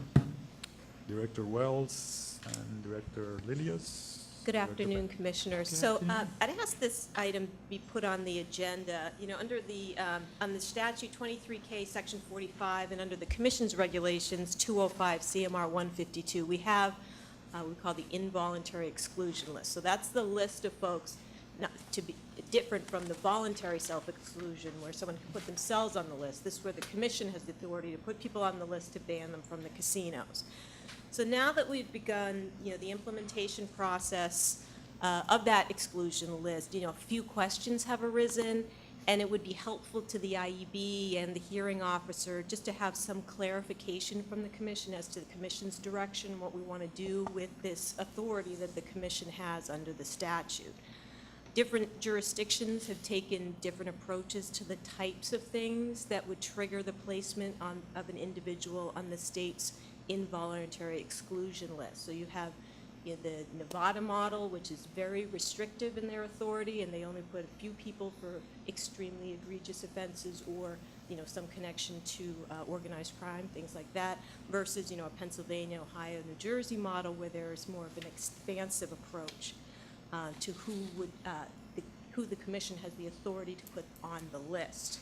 So given the broad authority under the statute, it would be helpful, to frame the issue for today, just with asking the commission to give some thought as to whether you want Massachusetts to take more of a restrictive or more of an expansive view of, in particular, certain statutory language. And what I'm particularly interested in is the statutory language talks about one of the criteria for being put on the list is there's a potential of injurious threat to the interests of the Commonwealth in the gaming establishment. And also in the reg, it kind of mirrors that statute. The commission modified it, that similar language a bit and said there exists the potential of injurious threat to the interests of the Commonwealth if the individual is permitted in a gaming establishment. So that's where the IEB is just looking for a little guidance in that area, given that this is a new process that we are in the beginning stages of implementing. We only have, I think, 21 people on the list at this point. The Massachusetts Gaming Commission's exclusion list is different from a casino no trespass order. So the casino does have the authority to issue a no trespass order for an individual. It's slightly different. The exclusion list is a permanent ban with an ability to petition after 5 years. So that's a different, usually the casino may give a 30-day, 60-day, there may be more of a limited time on the no trespass order. And probably more significantly, the exclusion list is under the Massachusetts Gaming Commission's control, whereas the no trespass order is under the casino's control. And we don't control what the casino does with respect to their issuance of no trespass orders. And Karen, if I could interrupt you on that particular point, under the regulation that you did pass, under the criterion of whether there's a potential of injurious threat to the Commonwealth's interests, one of the factors that you promulgated and you said that we may consider is whether a no trespass order has issued by the casino. And the casinos are required to notify us of no trespass orders, so we do consider those. When you say consider, does that sway you in one way or the other, or it's just additional information? Standing alone, the trespass order doesn't speak very much. It's really the underlying facts of why the no trespass order was issued. So all of these get a case-specific analysis, but the no trespass order is one factor. But standing alone, it doesn't say too much about what interests of the Commonwealth are potentially injurious. So one particular, did you have a question? Well, will you continue making comparisons between the lists? Because I think there's another important distinction between the no trespassing and the exclusion, and the list of excluded persons is, if I remember correctly, the exact name in the statute. The list of excluded persons is public. Correct. So the commission has made a determination to put that on the website.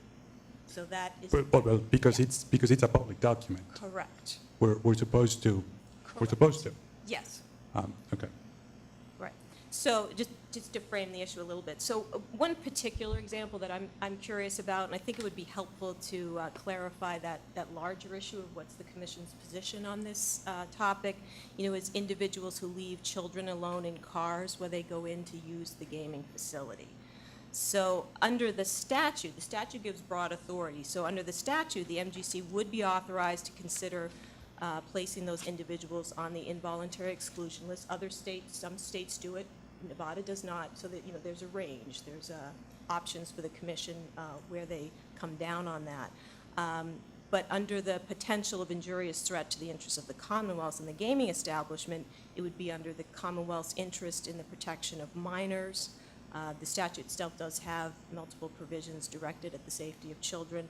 It would also fall under the reputational interest in what occurs on site at the facility under the jurisdiction of the MGC. So this is just an interesting issue for discussion. The IEB's recommendation would be this is something that should be an option for the exclusion list. It has an important public safety concern. Children, are most vulnerable within the population. It's notable the gaming environment frequently is designed to make patrons lose track of time. So if you leave the kid in the car, you go into the gaming establishment, you get caught up in the game, the way that it's designed in the establishment, there's a risk for the child. And that the problem in this area potentially would be a great reputational harm to the MGC and to the casino industry. So this is an example. I'm curious as to the commission's feedback on that. So it's an example of the bigger question of how restrictive or expansive do you want to read that injurious threat language? Is this issue important enough to you as a commission that you'd want to use every tool available to try to keep this from happening? Or is there a different approach the commission would want to take? I think that, for the exclusion list, from looking at other jurisdictions and even just from common sense, we do want to you need to keep the list manageable so that you can understand who's on the list. And folks at the casino who are trying to identify these people, if you have thousands of people on the list, you're not going to know necessarily who's on the list if someone comes in. So you have to utilize some good judgment as to who's on the list and who's not on the list, even if you have that broad authority. For an example, in the statute, it talks about you have the authority. Where is it here? If a person has been convicted of a criminal offense of any law of any state, the United States is punishable by more than 6 months in state prison, house of correction, or any comparable incarceration, etc. So if we were to put everyone in Massachusetts who fell under that category under the exclusion list, it would be unwieldy. So there is sort of that common sense approach as to what makes sense to be on the list. But that injurious threat to the interests of the Commonwealth is an interesting concept and would be helpful to understand, by way of example, leaving your kids in the car and going into the gaming establishment gambling. I would suggest that would fall under that category, but I'd like some feedback as to what the commission's position is on that. Can I just provide something for context here that I think is important, and I'll first of all, in these type of matters, and Chairman Crosby does this often, he likes to have everybody, present when we make these kind of comments. So I don't want us to necessarily decide. I think it's important to have a good discussion and perhaps tee up the discussion and come back to a future meeting when all of us are here to provide more input or more definitive input in this that I think is a very policy-driven question. Did you have a question on that? Well, I had some thoughts on the matter, but I'll wait till you're finished. Well, let me also add, this doesn't come in a vacuum, Director, right? You had a recent event. Correct. And you have other ideas as to what to do relative to this regulation? Well, we had a case and it took up on appeal, and between the hearing officer and the IEB, there's a little confusion about the grant of authority on the reg. So based on what the bigger picture, what does the commission want to do? And then based on what the commission wants to do, we may recommend some tweaks to the reg one way or the other, so it's very clear one way or the other what the position is and what the authority is in order to put somebody on the list. So we just want to do what the commission is directing us to do. Yep. But I think I learned through a conversation that this was prompted based on a recent decision from a hearing officer on this matter. Right. That I would, as one commissioner, would like to read. I'd like to read that decision. I'd like to read the transcript, actually, because we also transcribe all of those hearings to better understand, the situation. I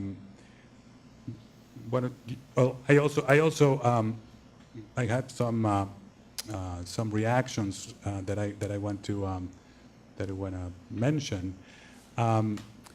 In this policy question that you pose, I think you outlined very good, very important considerations. I think there's an additional one, and that is placing somebody in the list of excluded people, which is a public list we have in our website,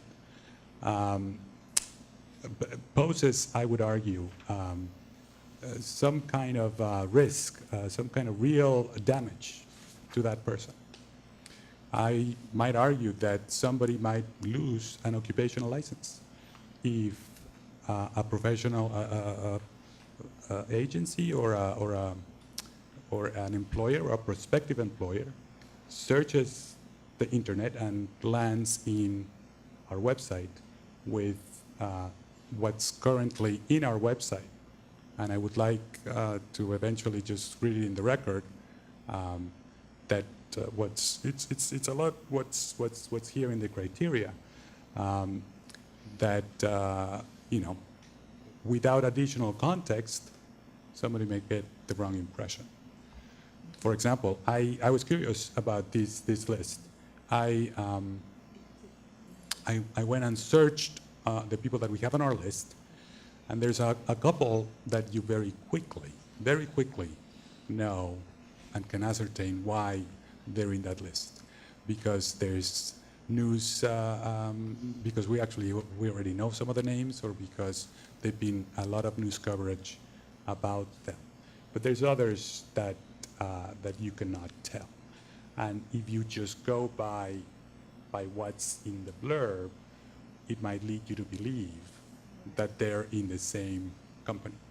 Yeah, and we did, different states have different laws as to their information that can be public regarding criminal history, so we don't put sort of a summary of the facts on the website, given the restrictions by DeCegis. Yes. So Loretta checked in, I think she had a comment. Right. And the decision to put the list on the website is a regulatory decision. And initially, the initial regulation was to include detailed information on the website, including photographs, summaries, and so forth. As we got nearer to implementing the list, for both legal and privacy reasons, the regulation was amended for much more restricted information. Yeah. But the posting on the website is not a statutory requirement. It's something that It's the a regulatory. commission has decided by regulation to do. Okay, let me ask just on the topic you asked. Leaving minors in their car, which I think is really sad and really bad by any parent, anywhere, right? Even if you are going to the supermarket.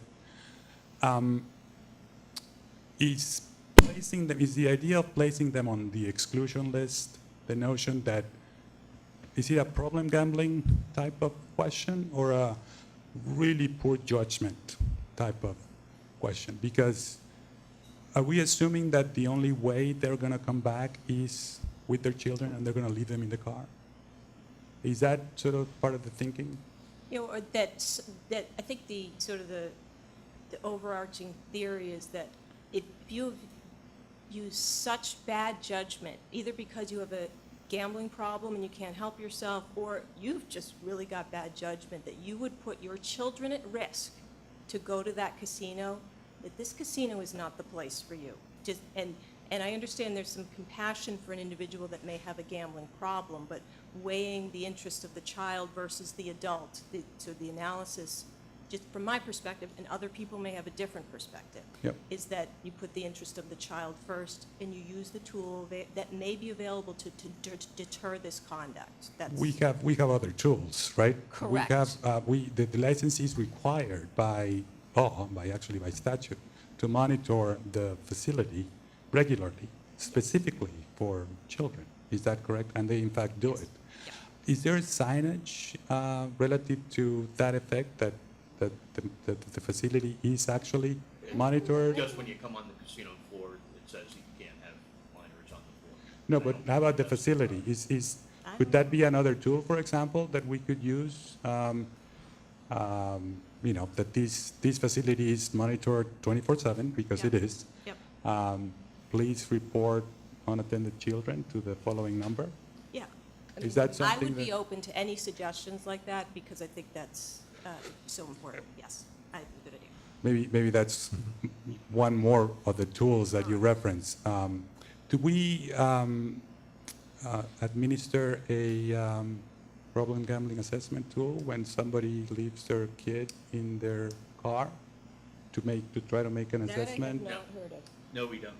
There's a few of them that are really just either 4 questions, the BGGS, or 11 questions, the DSM-5, I believe, that is very easily administered for somebody to tell somebody that you may have a problem. That's how all these tools end up. And one of the questions is, has to do with your relationships with family members. You asked us 2 things. One was, do we think that you have the authority? And in reading this and listening to your assessment, I think we do. But the more important thing I heard from you was that these are individual cases and all of the information is taken into consideration before a decision is made. For example, I think it makes a huge difference if the kid is 3 years old or 14 years old.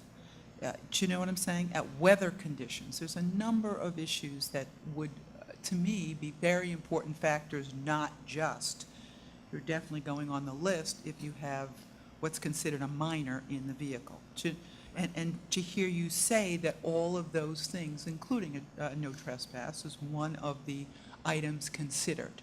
So to me, the bigger issue here is to me, it's yes, I like the idea of keeping the tool, but I would like it used very wisely. And the fact that all of the factors are taken into consideration makes a huge difference to me on whether or not we are using this correctly. I like the idea of maybe including an assessment, but I also, if it's a really significant case, I can't imagine that we'd want that person there knowing what they've just done. And another factor would be time, of course. So if all the factors are taken into consideration and all of those determinations are made on a case-by-case basis, I have no problem using the tool, but using it wisely. I'm sorry, please. Go ahead. No, I would agree with Colonel Cameron. I think what's interesting is that once an incident, and I hearken back to when we, in the early days of the commission, this was one of the most egregious acts that opponents of legalized gaming were pointing to. Like, this is the, should be one of the biggest concerns that we have. And I think it's, I'm interested in reading the recent ruling. I think it's also interesting to look at what the quote inventory of tools are that we have. I mean, I would hope there would be immediate trespass order issued against this individual. So I mean, right off the bat, we have the ability to, preclude this person from, from stepping on the grounds for a period of time. I'm not as familiar with kind of the child endangerment or reporting that has to also happen to the State Division of, I think it's Child and Family Services. So, I mean, it's nice to see that there are kind of instant action steps that happen when we find something. I think that happens, but the problem is that trespass order is only good on one property, where we will have 3 in the state. The exclusion gets you out of all 3 properties. Right, okay. So we're assuming that they're gonna come back in their car and leave their kids in the future again. I can't say that yes or no, but unfortunately, in my tenure in this industry, I've seen that. Well, The- please, Commissioner. Yeah, I'm a little unclear, Karen, what the, kind of the setting of this is. I gather we've had this, this proceeding, that there was a hearing. Correct. On the basis of the experience of that hearing, is it your judgment that the text of the current regulation is insufficient to implement the policy? I actually don't think it is, but I think the hearing officer thinks it is. So given that there's that tension, I think ultimately the commission makes that call, not the IEB necessarily the hearing officer. So I think that, the issue becomes in the language on the regulation where it talks about 152.032, where it talks about the commission may consider the following. Right. The question would be, is it may only consider, or is it you may consider these, but you're not limited to these? So that's sort of the question, as I understand it. I think Attorney Lilios can explain it a little bit better than I can, because she handled the hearing. And but- is that what the hearing officer decided, is that? He decided a number of things, but one thing he said in his opinion was that absent any other information from the commission about what they really wanted, he was compelled to come to certain conclusions. So one thing we'd like to do for the future is have something in the record on, through this discourse about what you want, and that will be exceedingly helpful. In terms of the provision that Karen was talking about in the 152.03, the first part of that regulation, the 03.1, is designed to track the statutory factors. 2 of the factors are tracked verbatim from the statute, or 2 of the criteria, I should say, are tracked verbatim. There is one additional criterion given in the regulation that if you're an associate, if the person's an associate of someone who does these bad things, you can also be considered for exclusion. And as Karen mentioned, one of the criteria, the one we're talking about here, the one about the potential of injurious threat, the wording of that, the commission determined, is a little bit different in the reg than in the statute. And in the reg, the criterion is whether there's a potential of injurious threat to the interests of the Commonwealth if the individual is permitted in the gaming establishment. Then the next part of the reg, the subsection 2 of the reg, gives meaning to potential of injurious threat. Attempts to give direction to the IEB and the commission. What do you mean by potential of injurious threat? And that reg says in determining whether there's this potential, the commission may consider the following, and then there are a list of factors. Now, when the IEB put these individuals, and we've had 3 of them with unattended minor situations, on this list, we were interpreting the word may in this part of the regulation consistently with the way that word's interpreted in Massachusetts case law, which is a permissive rather than a command. Case law, it's a word of discretion, and we read the list as a non-exhaustive list. The hearing officer did not agree with that, so depending on where you want to go with the larger questions, we will have the transcript of this discussion, but we also may would probably want to improve the regulation in that regard. Well, the more reason to postpone this discussion, or actually continue this discussion,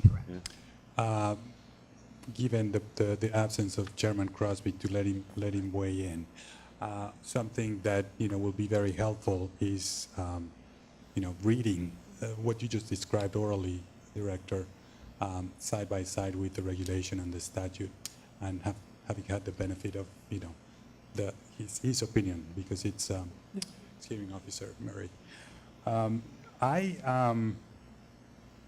Were you done asking questions? Or do you have more questions? I gather, I saw a lot of nods around that this is the first cut, and then we'll come back We'll to it at a come later back. time, and also there's a reference to our reviewing the transcript of the hearing, so Right. let's move. I read, and we could leave it at that, but I read the criteria, where it all begins with the criteria, is that the person's presence, regardless of what they did, poses the injurious threat to the interest of the Commonwealth in the gaming establishment. It's not just the interest of the Commonwealth, which has many interests, including the safety of children, but it's in the gaming establishment. And that, taken together with a lot of other language, in my view, it's clearly designed for people whose very presence puts into question the operation, the fairness of the games, because they're known cheats, like there's specific language. So I think it's very relevant that we examine how further we want to take that. I happen to think that there's a lot more effective tools to deal with responsible gaming questions, like the voluntary self-exclusion, which includes a number of different terms, much in the way that a DUI does not mean you're an alcoholic. It could mean that you've made a really bad decision, or have done several times. Leaving somebody unattended means that they may have done a really bad decision, but there's something further that might need to be explored. And on that count, I'd love to do some research. You mentioned what other jurisdictions do in the context of responsible gaming and protection of minors, not just the regulatory side that I know you have. We have at our disposal and under contract Dr. Jeff Marotta, who does this annual survey of jurisdictions, and that's in the realm of responsible gaming. And I'd love to get his take as to how are all these other protections to minors dealt with, including in the casino floor, in the parking lot, and whatnot. So maybe we can sort of leave it at that, unless there's other questions on this regard, and say that we'll come back to this topic with some of that additional information and benefit of having read additional materials. That's good. I think that's fair. I would just hope we don't want to wait too long. Well, see, that's part of the issue is Yeah. the guidance is helpful to me because as things happen, things come in, I need to make decisions about what to do and recognize these are people's lives, and their Yes. Well, reputations. this shouldn't take long. We could probably schedule it in the near future, right? Well, the next Chairman meeting. Beck? Yeah, Sounds I good. agree. Okay. We would want that. That's good. All right. Is that it for that item? Let's, we've reached the time when, are there any commissioner updates? No. Move to adjourn. Motion's made. Any seconds? Second. All those in favor? Aye. Aye. Aye. The ayes have it unanimously. We're adjourned.